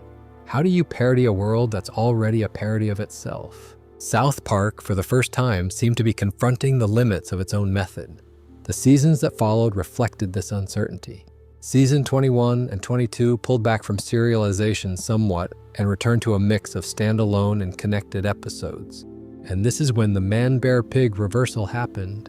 In Season 22, the show brought back Man-Bear-Pig, the creature it had used to mock climate activism in Season 10. But this time, Man-Bear-Pig was real. It was killing people. And the town's response, to make a deal that passed the problem onto future generations in exchange for being able to keep their current lifestyle, was presented not as a joke but as a genuine indictment. Parker and Stone were, through the show's own narrative, admitting they'd been wrong. Not about everything, not about their overall philosophical approach, but about this specific issue. They dismissed climate change as overblown, and now they were saying, actually, maybe we should have listened. The threat was real, even if Al Gore was annoying about it. This is philosophically significant for a couple of reasons. First, because it demonstrates intellectual honesty. Parker and Stone could have quietly moved on and never mentioned Man-Bear-Pig again. Instead, they revisited their earlier position, examined it critically, and revised it publicly. That's exactly what good philosophical thinking looks like. You state a position, you encounter evidence that challenges it, and you update your beliefs accordingly. Most people don't do this, especially not in public. The fact that Parker and Stone did it through their show in front of millions of viewers is admirable. Second, because the Man-Bear-Pig reversal reveals something about the limits of radical centrism. The show's default position, don't commit too strongly to any side, works well for many issues. But there are some issues where one side is simply more correct than the other. Climate science is one of them. The evidence overwhelmingly supports the position that human activity is causing dangerous changes to the Earth's climate. Treating this as a both sides issue, giving equal weight to climate scientists and climate deniers isn't balance. It's distortion, and the show, to its credit, eventually recognized this. The more recent seasons, 23 through 28, have continued this trend of increasing nuance. The show still mocks both sides of most issues, but it does so with more awareness of asymmetry. It's more willing to acknowledge that some positions are better supported than others, even while maintaining its fundamental skepticism towards certainty. It's matured, philosophically, in the same way a person matures, not by abandoning their core values, but by applying them more carefully. By recognizing that skepticism is a tool, not a religion, that questioning everything is valuable. But at some point, you have to land somewhere. You have to believe something, even if you hold that belief lightly and remain open to revision. The COVID-19 pandemic specials, which aired in 2020 and 2021, showed this matured philosophy in action.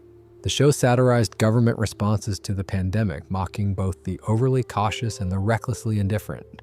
But it also clearly sided with science, depicting vaccination as the responsible choice and portraying anti-vaccine sentiment as foolish.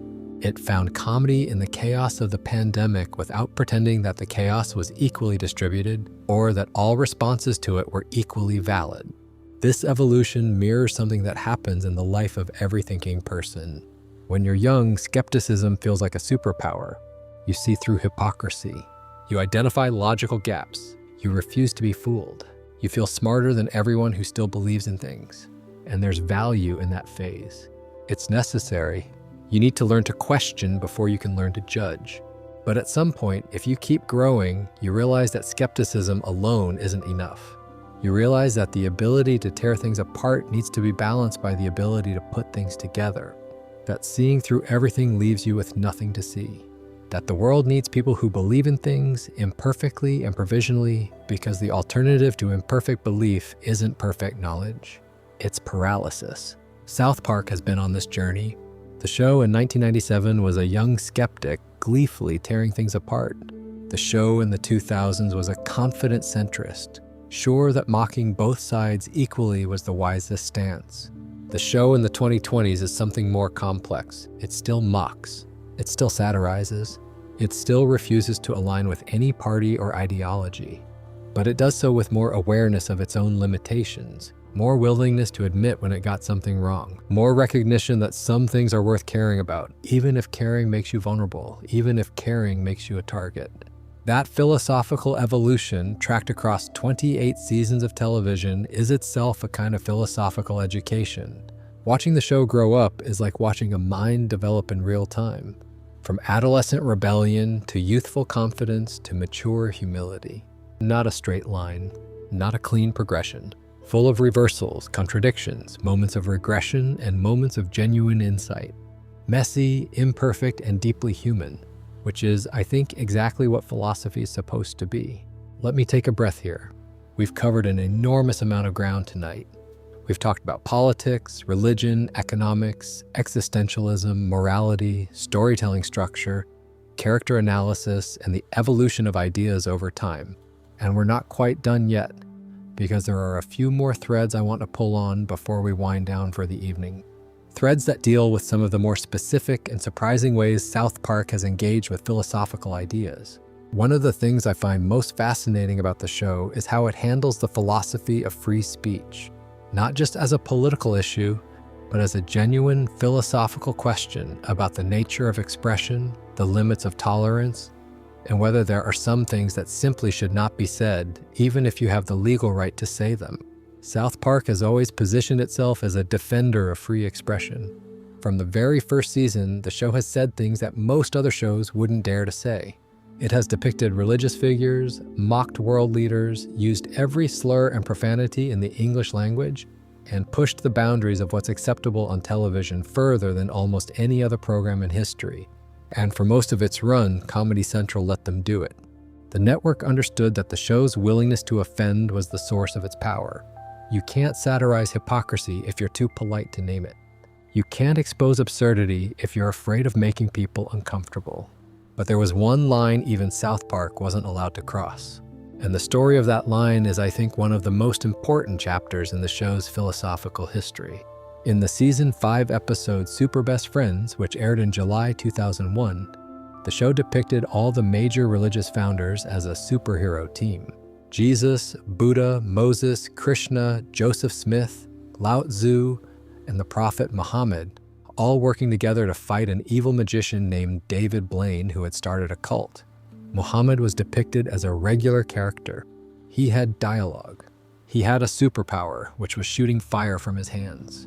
He was treated the same as every other religious figure in the episode, which is to say, respectfully enough within the context of a comedy, but without any special deference. The episode aired without incident. Nobody complained. Nobody threatened anyone. It was just another episode of South Park. Then came 2005. The Danish newspaper Jyllands-Posten published a series of cartoons depicting the Prophet Muhammad. The publication sparked international outrage, protests, death threats, and ultimately violence. Several people were killed in the aftermath. The question of whether Western media should depict Muhammad at all became a massive global debate, touching on free speech, religious sensitivity, cultural respect, and the limits of satire. South Park waded directly into this debate with a 2-part episode in season 10 called Cartoon Wars. The plot centered on Family Guy, the competing Fox animated comedy, planning to air an episode that showed Muhammad. The residents of South Park, terrified of potential violence, bury their heads in sand, literally. Cartman tries to get Family Guy canceled, not because he cares about religious sensitivity, but because he hates Family Guy. Kyle tries to defend the show's right to air whatever it wants. The episode was building toward a moment where Muhammad would actually appear on screen, and Comedy Central censored it. They replaced the Muhammad scene with a black title card that read, "Comedy Central has refused to broadcast an image of Muhammad on their network." Parker and Stone were furious. They released a statement saying that either everything is okay to satirize or nothing is. that making an exception for one religion when the show had mocked every other religion freely was itself a form of discrimination. The philosophical principle at stake here is one that John Stuart Mill articulated in his 1859 essay on liberty. Mill argued that free speech is valuable not just because it protects individual rights, but because it's the mechanism through which truth emerges. If ideas can't be expressed freely, including offensive ideas, including wrong ideas, including ideas that make people angry, then the marketplace of ideas can't function. Bad ideas need to be aired so they can be debated and defeated. Suppressing them doesn't make them go away. It just drives them underground where they can't be challenged. South Park has been making this argument implicitly for its entire run. By saying everything, by offending everyone, the show creates a level playing field. No idea is too sacred to mock. No person is too powerful to satirize. No belief is too deeply held to question, and the show argues through its very existence that this kind of radical openness is healthy, that societies where you can make fun of everything are freer, more honest, and ultimately more resilient than societies where certain topics are off limits. But the Muhammad censorship raised a complication, because South Park hadn't just been prevented from making fun of a religion. It had been prevented from making fun of one specific religion while being allowed to mock all the others. Jesus gets beaten up, mocked, and diminished in dozens of episodes. Buddha is shown doing cocaine in one episode. Joseph Smith gets the dumb treatment. Moses is depicted as a giant floating dreidel, but Muhammad can't be shown at all. The show pointed out this asymmetry explicitly and asked a question that remains uncomfortable to this day. If the reason one religion is exempt from satire is that its followers have threatened violence in response to being satirized, then what you've created is a system where the threat of violence is rewarded, where the way to protect your beliefs from mockery isn't to make better arguments but to make more credible threats. This is a version of what philosopher Karl Popper called the paradox of tolerance. In his 1945 book, The Open Society and Its Enemies, Popper argued that unlimited tolerance inevitably leads to the disappearance of tolerance. If a tolerant society tolerates intolerance, the intolerant will eventually destroy the tolerant. Therefore, tolerance requires a willingness to be intolerant of intolerance. It's a paradox because the solution to preserving openness requires moments of closure. Protecting free speech might require refusing to cave to those who would use threats to silence speech. South Park didn't resolve this paradox. It couldn't. Nobody can. But by dramatizing it so vividly, by showing the exact moment where a network that had allowed virtually everything decided that one specific thing was too dangerous to allow, the show made the paradox visible. It forced millions of viewers to confront a philosophical problem that most of them had never considered. And it did so in real time with real consequences because the threats against the show after the Muhammad episodes were genuine. In 2010, when the show returned to the Muhammad question in episodes 200 and 201, the threats became explicit. A website run by a radical group posted what was widely interpreted as a threat against Parker and Stone, including the address of their production offices. Comedy Central responded by censoring even more heavily. In episode 201, the entire final speech, the I Learned Something Today speech, where the characters lay out the moral of the story, was completely bleeped out. Not just the word Muhammad, the entire speech, every word. You could hear nothing but a continuous bleep over the characters' mouths moving. Parker and Stone later said that the censored speech was about the power of intimidation, about how the willingness to threaten violence gives you power over what other people can say. They said the irony of censoring a speech about censorship was exactly the point.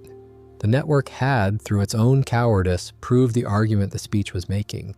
I find this genuinely fascinating because it represents a moment where philosophy, entertainment, politics, and real-world danger all collided in one place.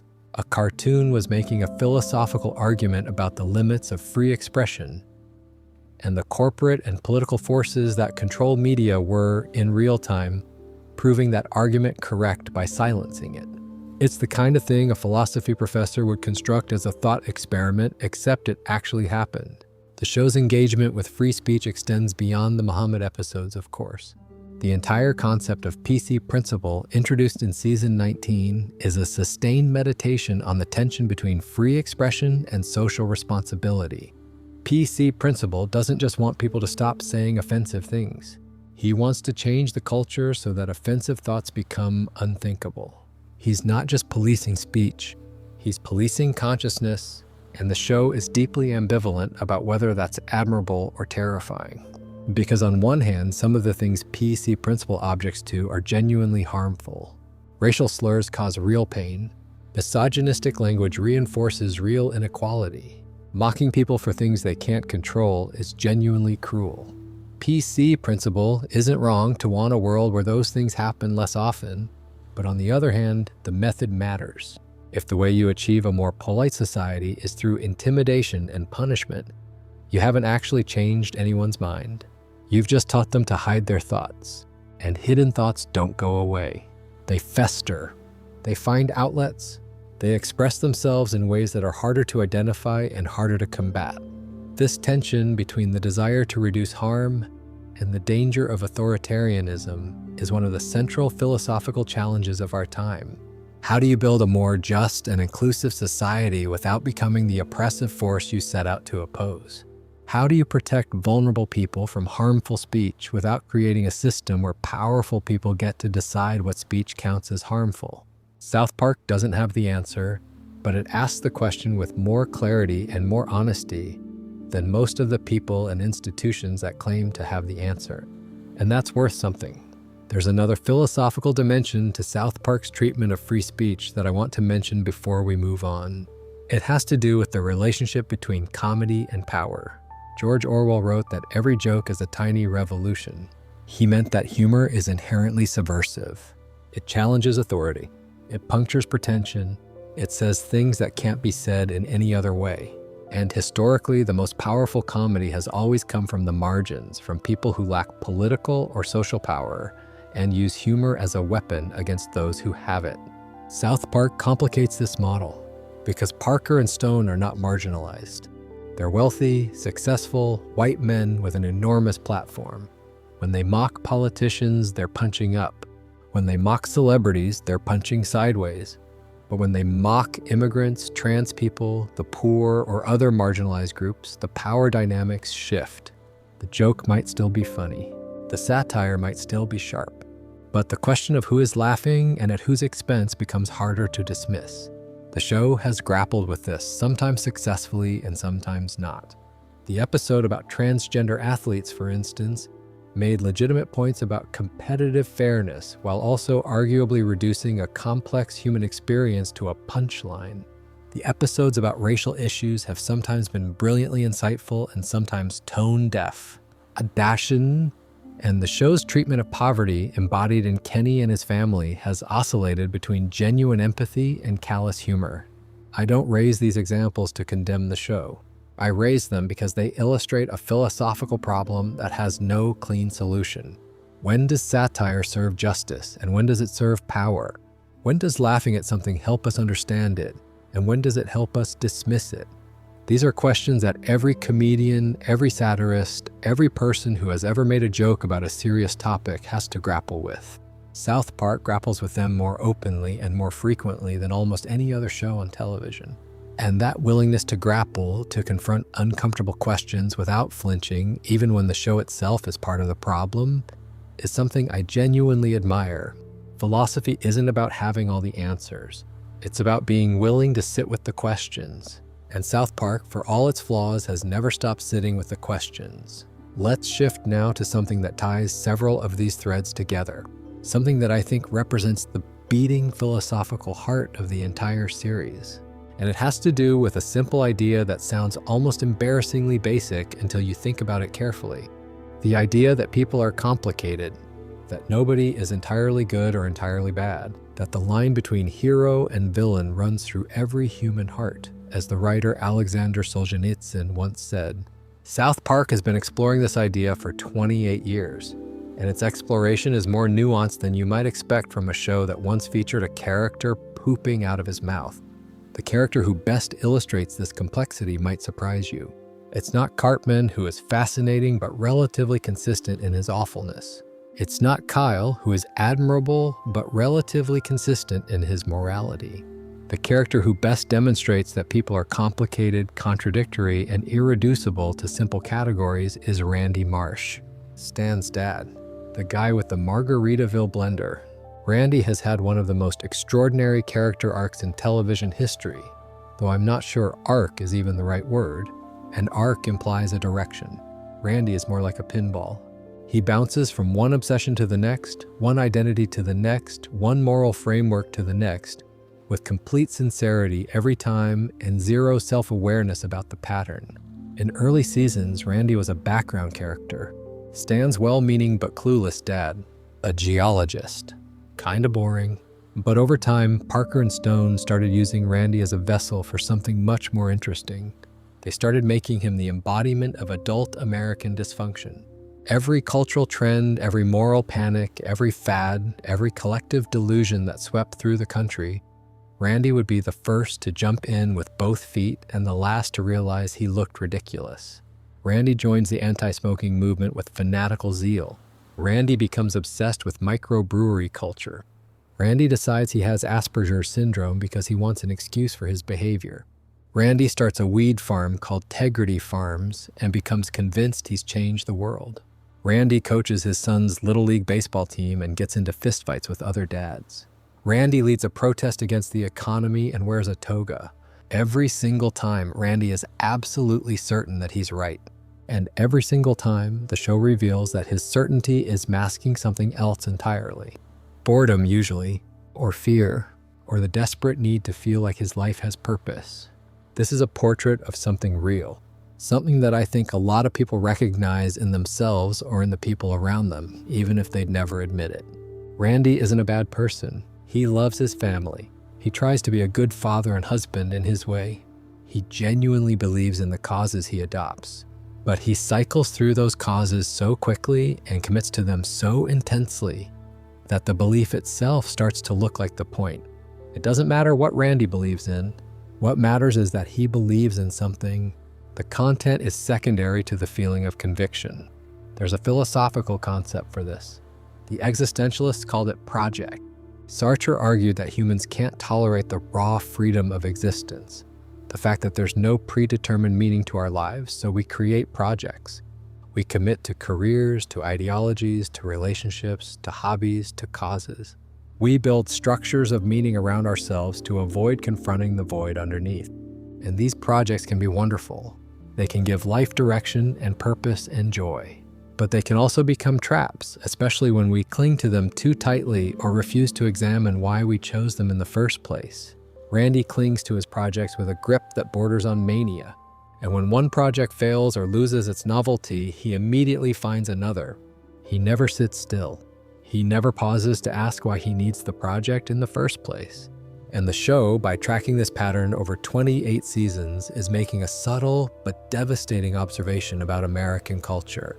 We are a nation of Randys. We latch onto trends and movements and causes with tremendous energy and sincerity, and then we abandon them for the next thing that comes along.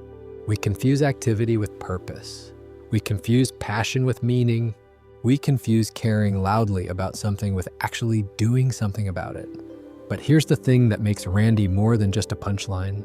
He also has moments of genuine grace. In the pandemic specials, Randy has to confront the possibility that his irresponsible behavior contributed to real harm.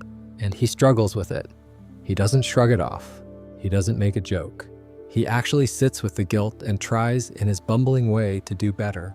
It doesn't last because Randy is Randy, but the moments of genuine self-awareness are there.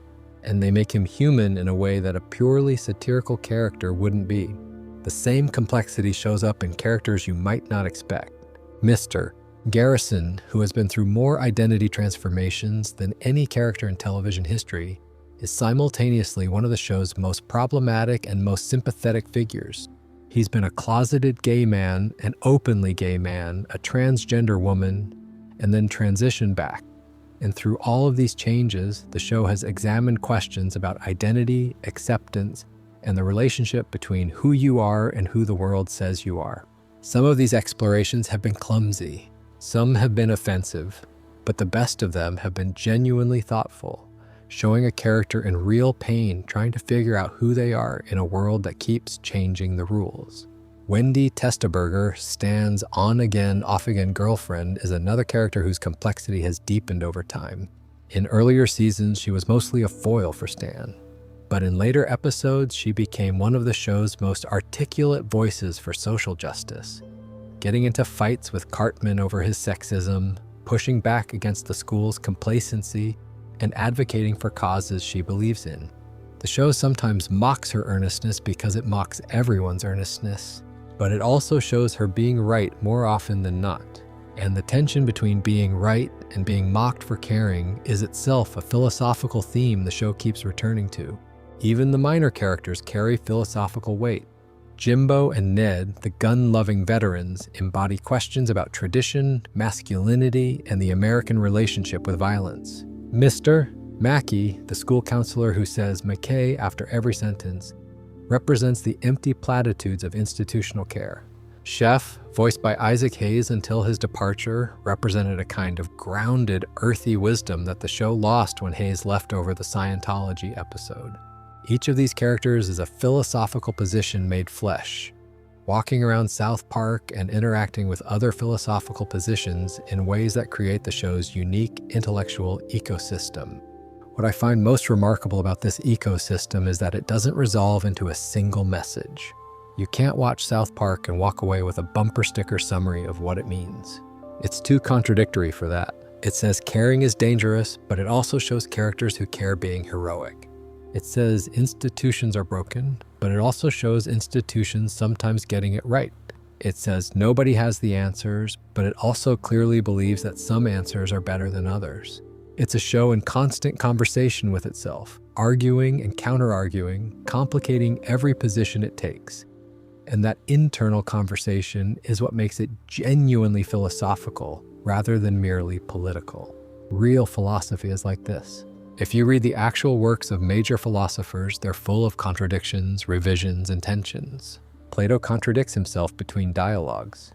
Aristotle revises his own positions as he works through problems. Nietzsche says different things about the same topic in different books.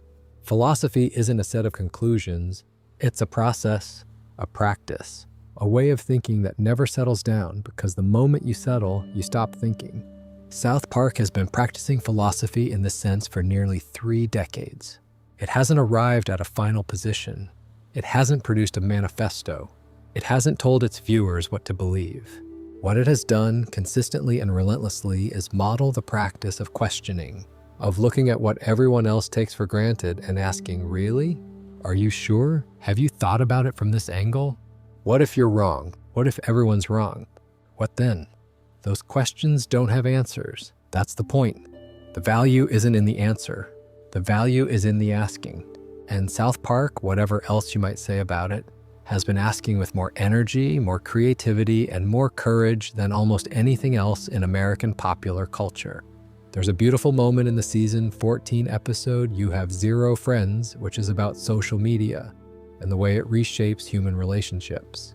Stan gets a Facebook profile against his will and discovers that the platform has turned friendship into a numbers game, a metric to be optimized rather than a relationship to be experienced.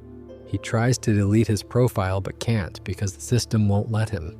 He's trapped in a digital world that quantifies and commodifies the most human thing there is.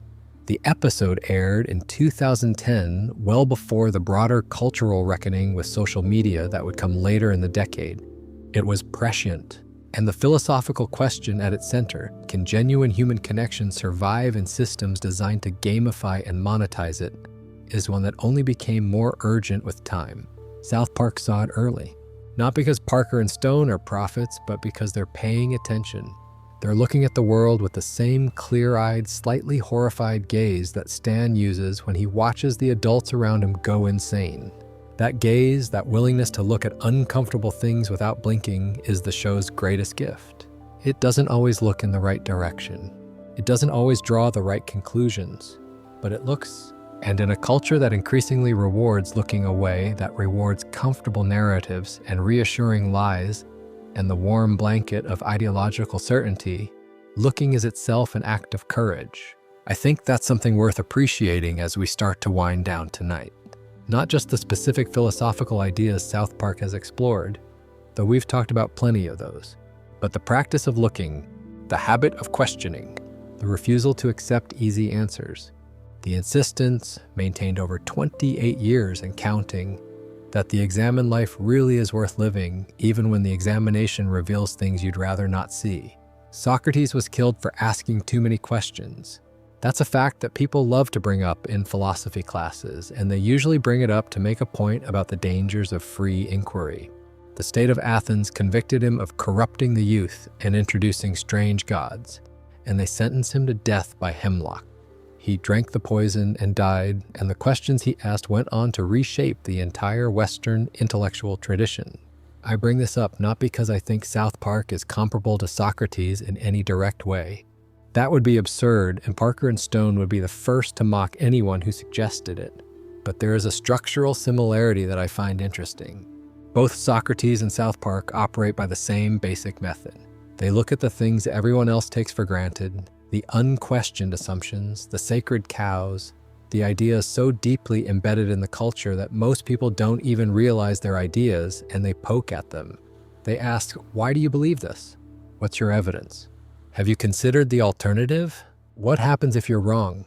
Socrates did this in the Agora, the public marketplace of Athens, cornering citizens and asking them to define justice or virtue or courage, and then showing them that their definitions didn't hold up under scrutiny. South Park does it on television, taking the week's biggest controversy and showing that both sides of the argument have problems they'd rather not acknowledge. The method is the same. Expose the assumptions, reveal the contradictions, and leave the audience, whether it's 5th century Athenians or 21st century Americans, uncomfortably aware that they know less than they thought they did. This method has a name in philosophy. It's called the Socratic method, and it's been the foundation of philosophical education for over 2,000 years. The idea is that you learn not by being told the answers, but by being asked questions that force you to discover the answers for yourself. Or more often, by being asked questions that force you to discover that you didn't have the answers in the first place. South Park is a Socratic show. It doesn't lecture. It questions. It doesn't provide a worldview and ask you to adopt it. It takes whatever worldview you already have and stress tests it by pushing it to absurd extremes. If you're a devout Christian, the show asks, what about the parts of your faith that don't make sense? If you're a committed atheist, the show asks, what are you losing by rejecting all forms of spiritual meaning? If you're a political activist, the show asks, are you sure your activism is about the cause and not about you? If you're a detached cynic who doesn't care about anything, the show asks, through Butters, how's that working out for your emotional life? Nobody escapes the questioning. And that universality is what makes the show genuinely philosophical rather than merely ideological. An ideological show has enemies. It knows who the bad guys are. It makes arguments that support one side and undermine the other. South Park has targets, but it doesn't have permanent enemies. Everyone gets a turn in the crosshairs. And while that approach has its problems, which we've discussed at length tonight, it also ensures that the show never calcifies into propaganda. It stays alive. It stays restless. It keeps questioning.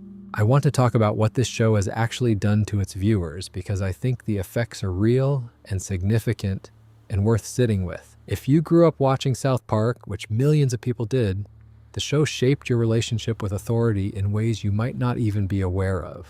It taught you to distrust confident pronouncements from politicians, religious leaders, and experts. It taught you to look for the hypocrisy in any public position. It taught you that sincerity is often a mask for self-interest, and that the loudest voices in any debate are usually the least trustworthy. These are useful instincts. They protect you from being manipulated. They help you think independently. They make you harder to deceive. And in a world full of propaganda, misinformation, and people trying to sell you things, emotional resilience and intellectual skepticism are genuinely valuable tools. But the show also, whether intentionally or not, taught some less useful lessons. It taught some viewers that everything is equally worthy of mockery, which can lead to a flattening of moral distinctions. It taught some viewers that the person who refuses to take a position is inherently wiser than the person who commits to one. which can lead to passivity masquerading as sophistication. And it taught some viewers that emotional investment in causes or communities is a sign of weakness or naivety, which can lead to loneliness and disconnection. I've been careful throughout this video to present both sides of the show's philosophy, and that might seem ironic given that I've spent an hour criticizing the show for always presenting both sides. But I think there's a difference between what South Park does and what I'm trying to do tonight. South Park presents both sides and often stops there, leaving the viewer to conclude that both sides are equally bad and the correct position is amused detachment. What I'm trying to do is present both sides and then push further to say yes, both sides have points, but that doesn't mean we should stop thinking. It means we should think harder, because the philosophical tradition South Park draws from, the tradition of skepticism and questioning and intellectual humility, is not a tradition of paralysis. It's a tradition of action. Socrates didn't ask questions to avoid commitment. He asked questions because he was committed to the truth, even when the truth was uncomfortable, even when it got him killed. The existentialists didn't confront meaninglessness to give up on life. They confronted it so they could find authentic reasons to keep going. The absurdists didn't laugh at the universe to avoid engaging with it. They laughed so they could engage with it without being crushed by it. South Park, at its best, belongs to this tradition. It strips away comfortable illusions so you can see the world more clearly. It mocks your assumptions so you can examine them honestly. It takes away the easy answers so you're forced to wrestle with the hard ones. And the point of all that stripping and mocking and taking away isn't to leave you with nothing. It's to leave you with something real. Something you arrived at through your own thinking, not because someone told you to believe it. That's the optimistic reading of the show, and I think it's the correct one, even though the show itself would probably mock me for being optimistic about it.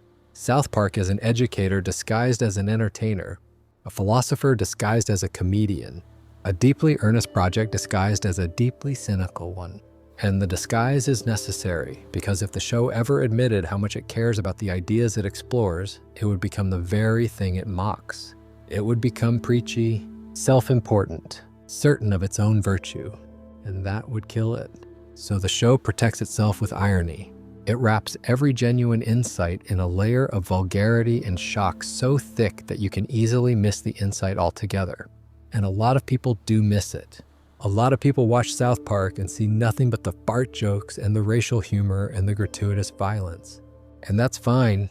The fart jokes are funny. You don't have to see the philosophy to enjoy the show. But if you do see it, if you look past the crude surface and pay attention to the ideas underneath, you find something extraordinary. You find a show that has been conducting a 28-year seminar on the most important questions humans have ever asked. Right there, on basic cable between the commercial breaks in a town made of construction paper. I think about the academic books we've talked about tonight. South Park and Philosophy, published in 2007 by Open Court Press. The Ultimate South Park and Philosophy, published in 2013. The Libertarian Lessons of South Park. These are real academic texts written by real philosophers, published by real academic presses. The fact that a cartoon about kids in Colorado has generated this much serious philosophical scholarship is itself a statement about where philosophy lives in the 21st century. It doesn't just live in universities and journals and conference presentations. It lives in cartoons, in comedy clubs, in late-night conversations, in the shows we watch when we're supposed to be sleeping. Which brings us nicely to where we are right now. You're lying in the dark, or maybe you're not.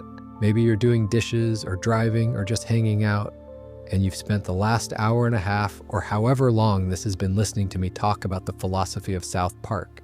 And I hope it's been enjoyable. I hope some of the ideas have been interesting. I hope a few of them will stick with you the way the show's philosophy stuck with the millions of people who grew up watching it. But more than anything, I hope it's made you want to think. Not about South Park specifically, though I'll never complain if you go back and rewatch some of the episodes we talked about tonight. I hope it's made you want to think about the things in your own life that you take for granted, the beliefs you hold without having examined them, the positions you've adopted because everyone around you holds them, the comfortable assumptions that feel like facts but might just be habits. Because that's what philosophy is for. It's not for having all the answers. It's for learning to ask better questions. And a show about foul-mouthed cartoon children in Colorado, of all things, has been teaching people to ask better questions for almost 30 years. That's remarkable. That's worth talking about, and I'm glad we spent this evening doing exactly that. Before we start winding down, there's one more thread I want to pull on because I think it brings together a lot of what we've been talking about in a particularly vivid way, and it has to do with the most dangerous thing South Park ever did. Not the most offensive, not the most vulgar, the most dangerous. In 2010, South Park aired a 2-part episode called 200 and 201, celebrating the show's 200th episode. The plot involved the return of every celebrity the show had ever mocked, and their demand for the one thing that could make them invulnerable to ridicule. The unifying thread was an attempt to depict the Prophet Muhammad, which the show had actually done before in the 2001 episode Super Best Friends, without incident. But by 2010, the world had changed. The Danish cartoon controversy of 2005, in which a newspaper's publication of cartoons depicting Muhammad led to worldwide protests and violence, had made the topic genuinely dangerous. Comedy Central censored the episodes. They bleeped out Muhammad's name and covered his image with a black censored bar. They also bleeped out the entire final speech of the episode, the I Learned Something Today speech, which was about intimidation and fear. The network was, understandably, afraid. There had been real threats. A group called Revolution Muslim posted what was widely interpreted as a veiled death threat against Parker and Stone on their website. Parker and Stone responded with a statement that said simply that they wanted to address the idea that by threatening violence, people could silence free expression. They argued that censoring the episode did exactly what the threats intended, that it taught a lesson far more disturbing than anything the show itself could have depicted, that the lesson was, if you're scary enough, you can shut down any conversation you don't want people to have. Now, this incident is philosophically rich in several ways. First, it forces us to confront the relationship between free speech and consequences.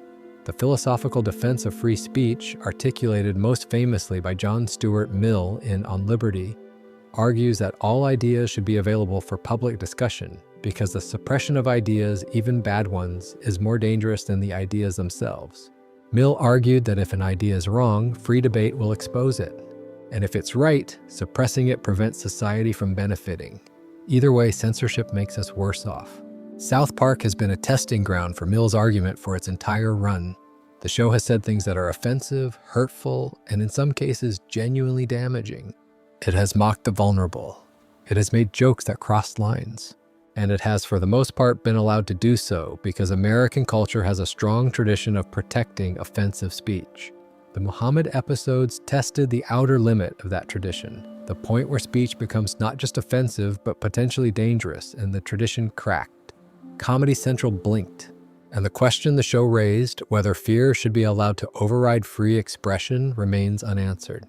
Parker has said in interviews that the censorship of those episodes was the thing that made him most angry in his entire career. Not because he was particularly invested in depicting Muhammad. He wasn't. It was the principle. The idea that a comedy show on basic cable could be silenced by the threat of violence felt to him like a betrayal of everything the show stood for. South Park's entire reason for existing is to say the things other people are afraid to say. If even South Park could be silenced, what hope was there for anyone else? There's a second philosophical dimension to the Muhammad controversy that I think is worth noting. The show had depicted every other religious figure freely. Jesus was a regular character. Moses appeared in multiple episodes. Buddha was shown doing cocaine in one episode. Joseph Smith was mocked extensively. Ron Hubbard was savaged. The fact that Muhammad, alone among religious figures, could not be depicted created an asymmetry that the show found philosophically intolerable. Not because Islam deserves special mockery, but because treating one religion as uniquely untouchable undermined the show's foundational principle of equal opportunity irreverence. This is a real philosophical tension, and it doesn't have a comfortable resolution. On one hand, equal treatment of all ideas is a core principle of liberal democracy and philosophical inquiry. On the other hand, equal treatment doesn't mean identical treatment, and the specific history and context around depictions of Muhammad add layers of complexity that don't apply to depictions of Jesus or Buddha. The show's insistence on treating all religions identically, while principled, also arguably ignored the specific power dynamics and historical contexts that make different forms of irreverence land differently. I'm not going to resolve this tension. South Park didn't resolve it either. What the show did was make the tension visible. It forced millions of people to confront questions about censorship, violence, religious sensitivity, and the limits of comedy that they might never have thought about otherwise. It turned an abstract philosophical debate about free speech into something concrete and urgent. And it did this, as always, through comedy. Through a two-part episode about celebrities wanting Muhammad's powers. Through absurdity, through vulgarity, through a plot so ridiculous that the deadly serious implications crept up on you before you realized what was happening. That's the South Park method in a nutshell. Take a deadly serious question, wrap it in something absurd, let the absurdity reveal the seriousness. Let the audience figure out the rest. It's a method that has its costs. The show has hurt people. It has made mistakes. It has contributed to cultural attitudes that I think have been, on balance, more complex than purely beneficial. But it has also made an enormous number of people think more carefully about the world they live in. It has introduced philosophical ideas to audiences who would never have encountered them otherwise. It has challenged comfortable assumptions and sacred cows and unquestioned beliefs with an energy and a fearlessness that is genuinely rare in any medium.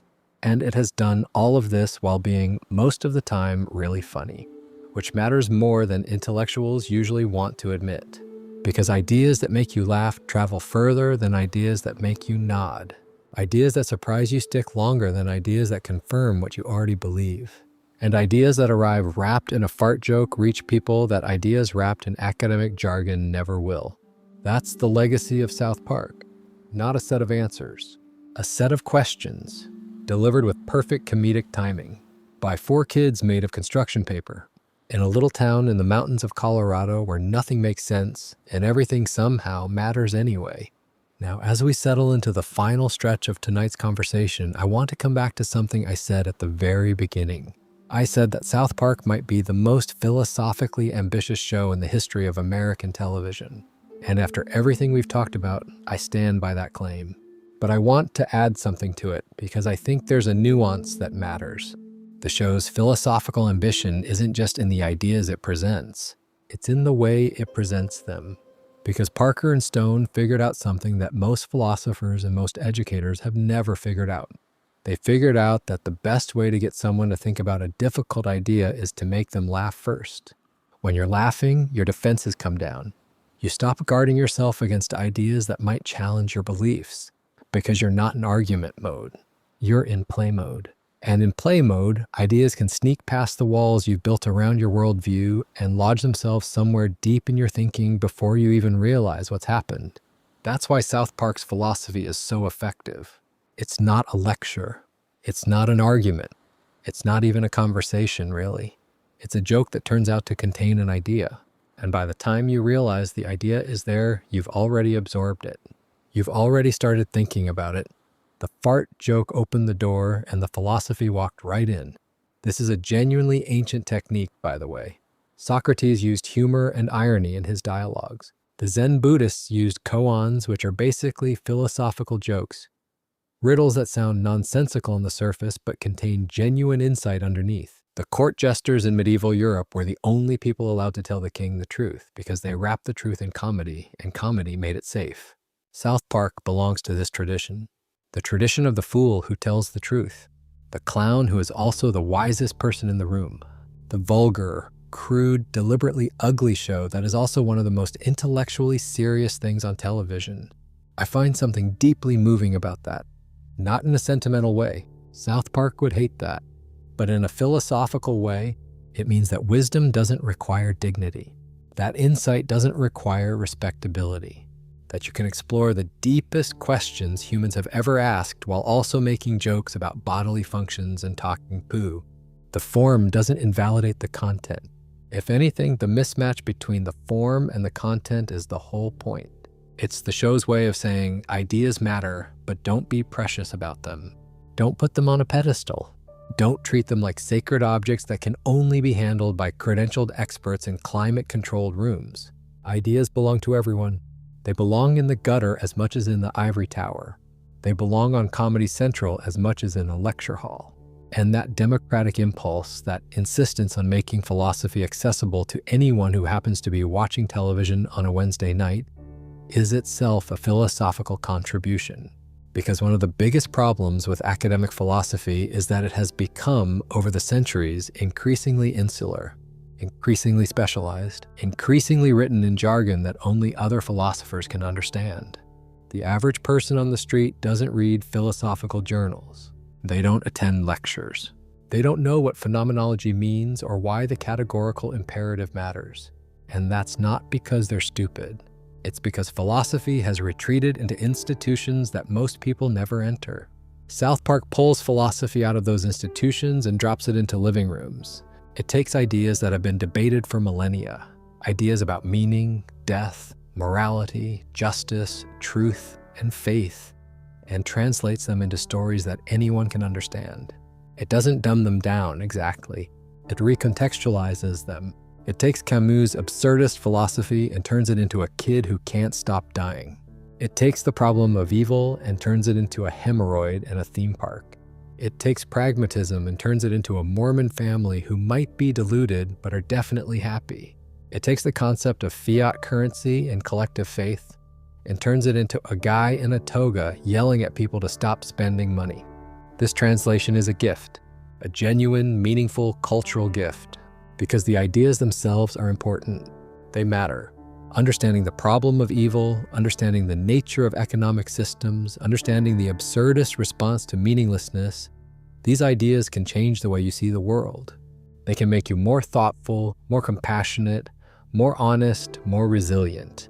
And the fact that millions of people encountered these ideas for the first time through a crude animated comedy is not a mark against those people or against the comedy.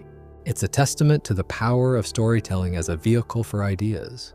I want to close tonight by revisiting the four boys one more time, because I think each of them has something to teach us, not as philosophical archetypes or analytical frameworks, but as ways of being in the world that we might recognize in ourselves. Stan is the part of you that sees clearly but struggles to act. The part that recognizes when things are broken but gets paralyzed by the scope of the brokenness. The part that sometimes gets so overwhelmed by the absurdity of the world that everything starts to feel like garbage. Stan's journey through the series is a journey through disillusionment, and his moments of grace come when he manages to act despite his disillusionment, when he helps his friends, when he stands up for what's right, when he pushes through the numbness and does something meaningful, even if it's small. That's a model for living in a confusing world, not fixing everything, but refusing to let the confusion stop you from doing what you can. Kyle is the part of you that believes in things, the part that has a moral compass and gets angry when the world violates it, the part that argues, that fights, that cares deeply and sometimes too loudly about right and wrong. Kyle's struggle is the struggle of every idealist in a cynical world. He keeps running into evidence that his ideals are naive, that the world doesn't work the way he thinks it should, that good doesn't always triumph and bad doesn't always get punished. And he keeps believing anyway, not because he's stupid, because he's chosen to. Because the alternative, giving up on the idea that things should be better, is worse than occasionally being disappointed. Kenny is the part of you that endures. The part that gets knocked down and gets back up and never complains about it. The part that carries burdens nobody sees and suffers in ways nobody acknowledges and keeps showing up anyway. Kenny's philosophy is the simplest and maybe the most profound of the four. Just be here. Just keep going. Don't make a big deal about it. Don't ask for recognition. Just wake up, put on your parka, and face whatever comes. And Cartman. Well, Cartman is the part of you that you don't like to think about. The selfish part. The petty part. The part that would take the easy path and exploit the weak and pursue your own interests at everyone else's expense if you thought you could get away with it. Cartman exists in all of us. The desire for power, for control, for getting your way regardless of the cost. The challenge isn't to pretend that part doesn't exist. It's to recognize it, to understand it, and to choose not to let it drive. Cartman is a warning, not a model. But he's a useful warning precisely because he's so familiar. We all have a little Cartman in us. The question is whether the Stan, the Kyle, and the Kenny in us are strong enough to keep him in check. These 4 ways of being, the clear-eyed observer, the passionate idealist, the quiet endurer, and the selfish impulse, they don't cancel each other out. They coexist, they argue, they balance each other, sometimes well and sometimes badly. And the fact that they exist together in the same show, in the same town, in the same group of friends, is a statement about the human condition. We are not one thing, we are many things at once. We are skeptical and hopeful, selfish and generous, cynical and idealistic, exhausted and determined. We contain contradictions, and those contradictions don't make us broken. They make us human. South Park understands this better than almost any show I've ever encountered. It understands that people are messy. That morality is messy. That truth is messy. And it refuses to clean up the mess for the sake of a tidy narrative. It shows you the mess and says, this is what it looks like. All of it. The beauty and the ugliness. The wisdom and the stupidity. The profound and the profane. It's all here, all at once, all the time. And maybe that's the most comforting thought I can leave you with tonight. Not that the world makes sense, because it doesn't, and South Park would be the first to tell you so. But that the not making sense is okay.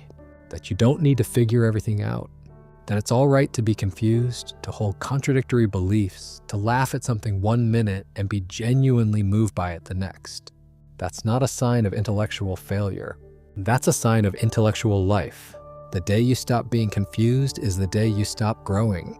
And the day you stop laughing at the confusion is the day you start being crushed by it. So laugh. Question. Care about things, even when caring is risky. Be skeptical, but don't let skepticism become an excuse for not engaging. Look at the world the way those 4 kids in Colorado look at it. With clear eyes and honest voices and a refusal to accept the convenient lies that everyone else seems comfortable with. And when it all gets too heavy, when the questions pile up and the contradictions feel overwhelming, remember that there's a town in the Colorado mountains where a kid in an orange parka dies every week and nobody ever figures out why. And he keeps coming back, and life goes on. And somehow, against all odds, it's funny. That's absurdism. That's philosophy. That's South Park. There's one last thing I want to mention before we say goodnight, because I think it rounds out everything we've talked about in a way that feels right. South Park has a recurring bit that most people forget about. At the end of many early episodes, after all the chaos and vulgarity and philosophical wrestling, the scene pulls back to a wide shot of the town. You see the little paper cutout buildings, the mountains in the background, snow on the ground, and it's quiet. For just a few seconds before the credits roll, South Park is peaceful. The chaos pauses, the arguments stop, the characters go home, and the town just sits there, small and still against the Colorado mountains, like it was never anything more than a quiet little place where nothing much happens. I love those moments, because they remind you that underneath everything, underneath the satire and the shock and the philosophical ambition, South Park is a show about a place, a community, a group of people who live next to each other and raise their kids together and show up to the same grocery store and the same school functions and the same town meetings. They disagree about everything. They panic about everything. They make fools of themselves on a weekly basis, but they stay. They don't leave. They don't give up on each other or on the town. They keep living there, together, in all their messy, imperfect, often ridiculous glory. That image, the quiet, wide shot of the town after all the noise, is maybe the most philosophical thing the show does, because it's saying something about persistence, about the fact that communities endure even when the people in them are difficult, and the problems are unsolvable, and the arguments never reach a satisfying conclusion. The town is still there. The lights are on in the houses. Tomorrow will bring a new crisis, a new debate, a new reason to panic. And the people of South Park will face it the same way they always do. Badly, loudly, with too much confidence and too little self-awareness. And then they'll go home. And the town will be quiet again. And the cycle will continue. There's something deeply reassuring about that, especially late at night when the world feels overwhelming. The idea that things keep going, that communities survive their own dysfunction, That people, despite being ridiculous and contradictory and often wrong, find ways to coexist. Not perfectly, not gracefully, but consistently, day after day, season after season, year after year. 28 seasons, almost 3 decades of stories, hundreds of episodes, thousands of characters. And through all of it, the town remains. The boys walk to the bus stop every morning. The snow falls on the mountains. Kenny puts on his parka. Kyle argues with Cartman. Stan watches the adults and shakes his head. And somewhere, probably in the background of a scene nobody's paying attention to, Butters smiles about something small and genuine and completely unrelated to whatever crisis is happening in the foreground. That's the image I want to leave you with. Not the big philosophical arguments, though I hope those were interesting. Not the academic analysis or the cultural criticism or the debate about whether the show has been good or bad for society. Just the town. Quiet. Small. Still there. A place where people keep showing up, keep arguing, keep caring in their clumsy way, keep trying to figure out what it all means, and never quite getting there. And going to bed anyway, and waking up tomorrow to try again. That feels like the right note to end on for a night like this. I hope you enjoyed tonight. I hope the ideas gave you something to chew on, or if you've already drifted off, I hope they settled into your dreams in interesting ways. Sleep well. Rest easy. The world will still be confusing tomorrow, but that's okay. It's been confusing for a very long time, and it hasn't stopped people from making something beautiful out of it. Thank you for spending this time with me. If you enjoyed this and want more evenings like it, subscribe and stick around. There's always more to talk about, more ideas to explore, more stories to tell.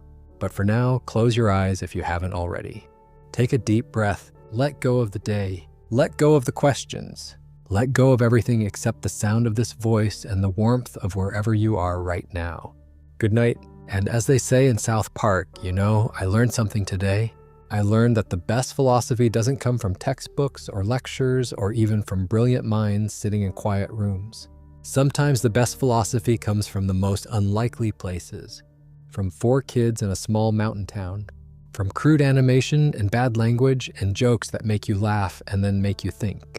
From a show that has spent nearly 30 years refusing to take anything seriously except the radical, uncomfortable, deeply human act of asking why.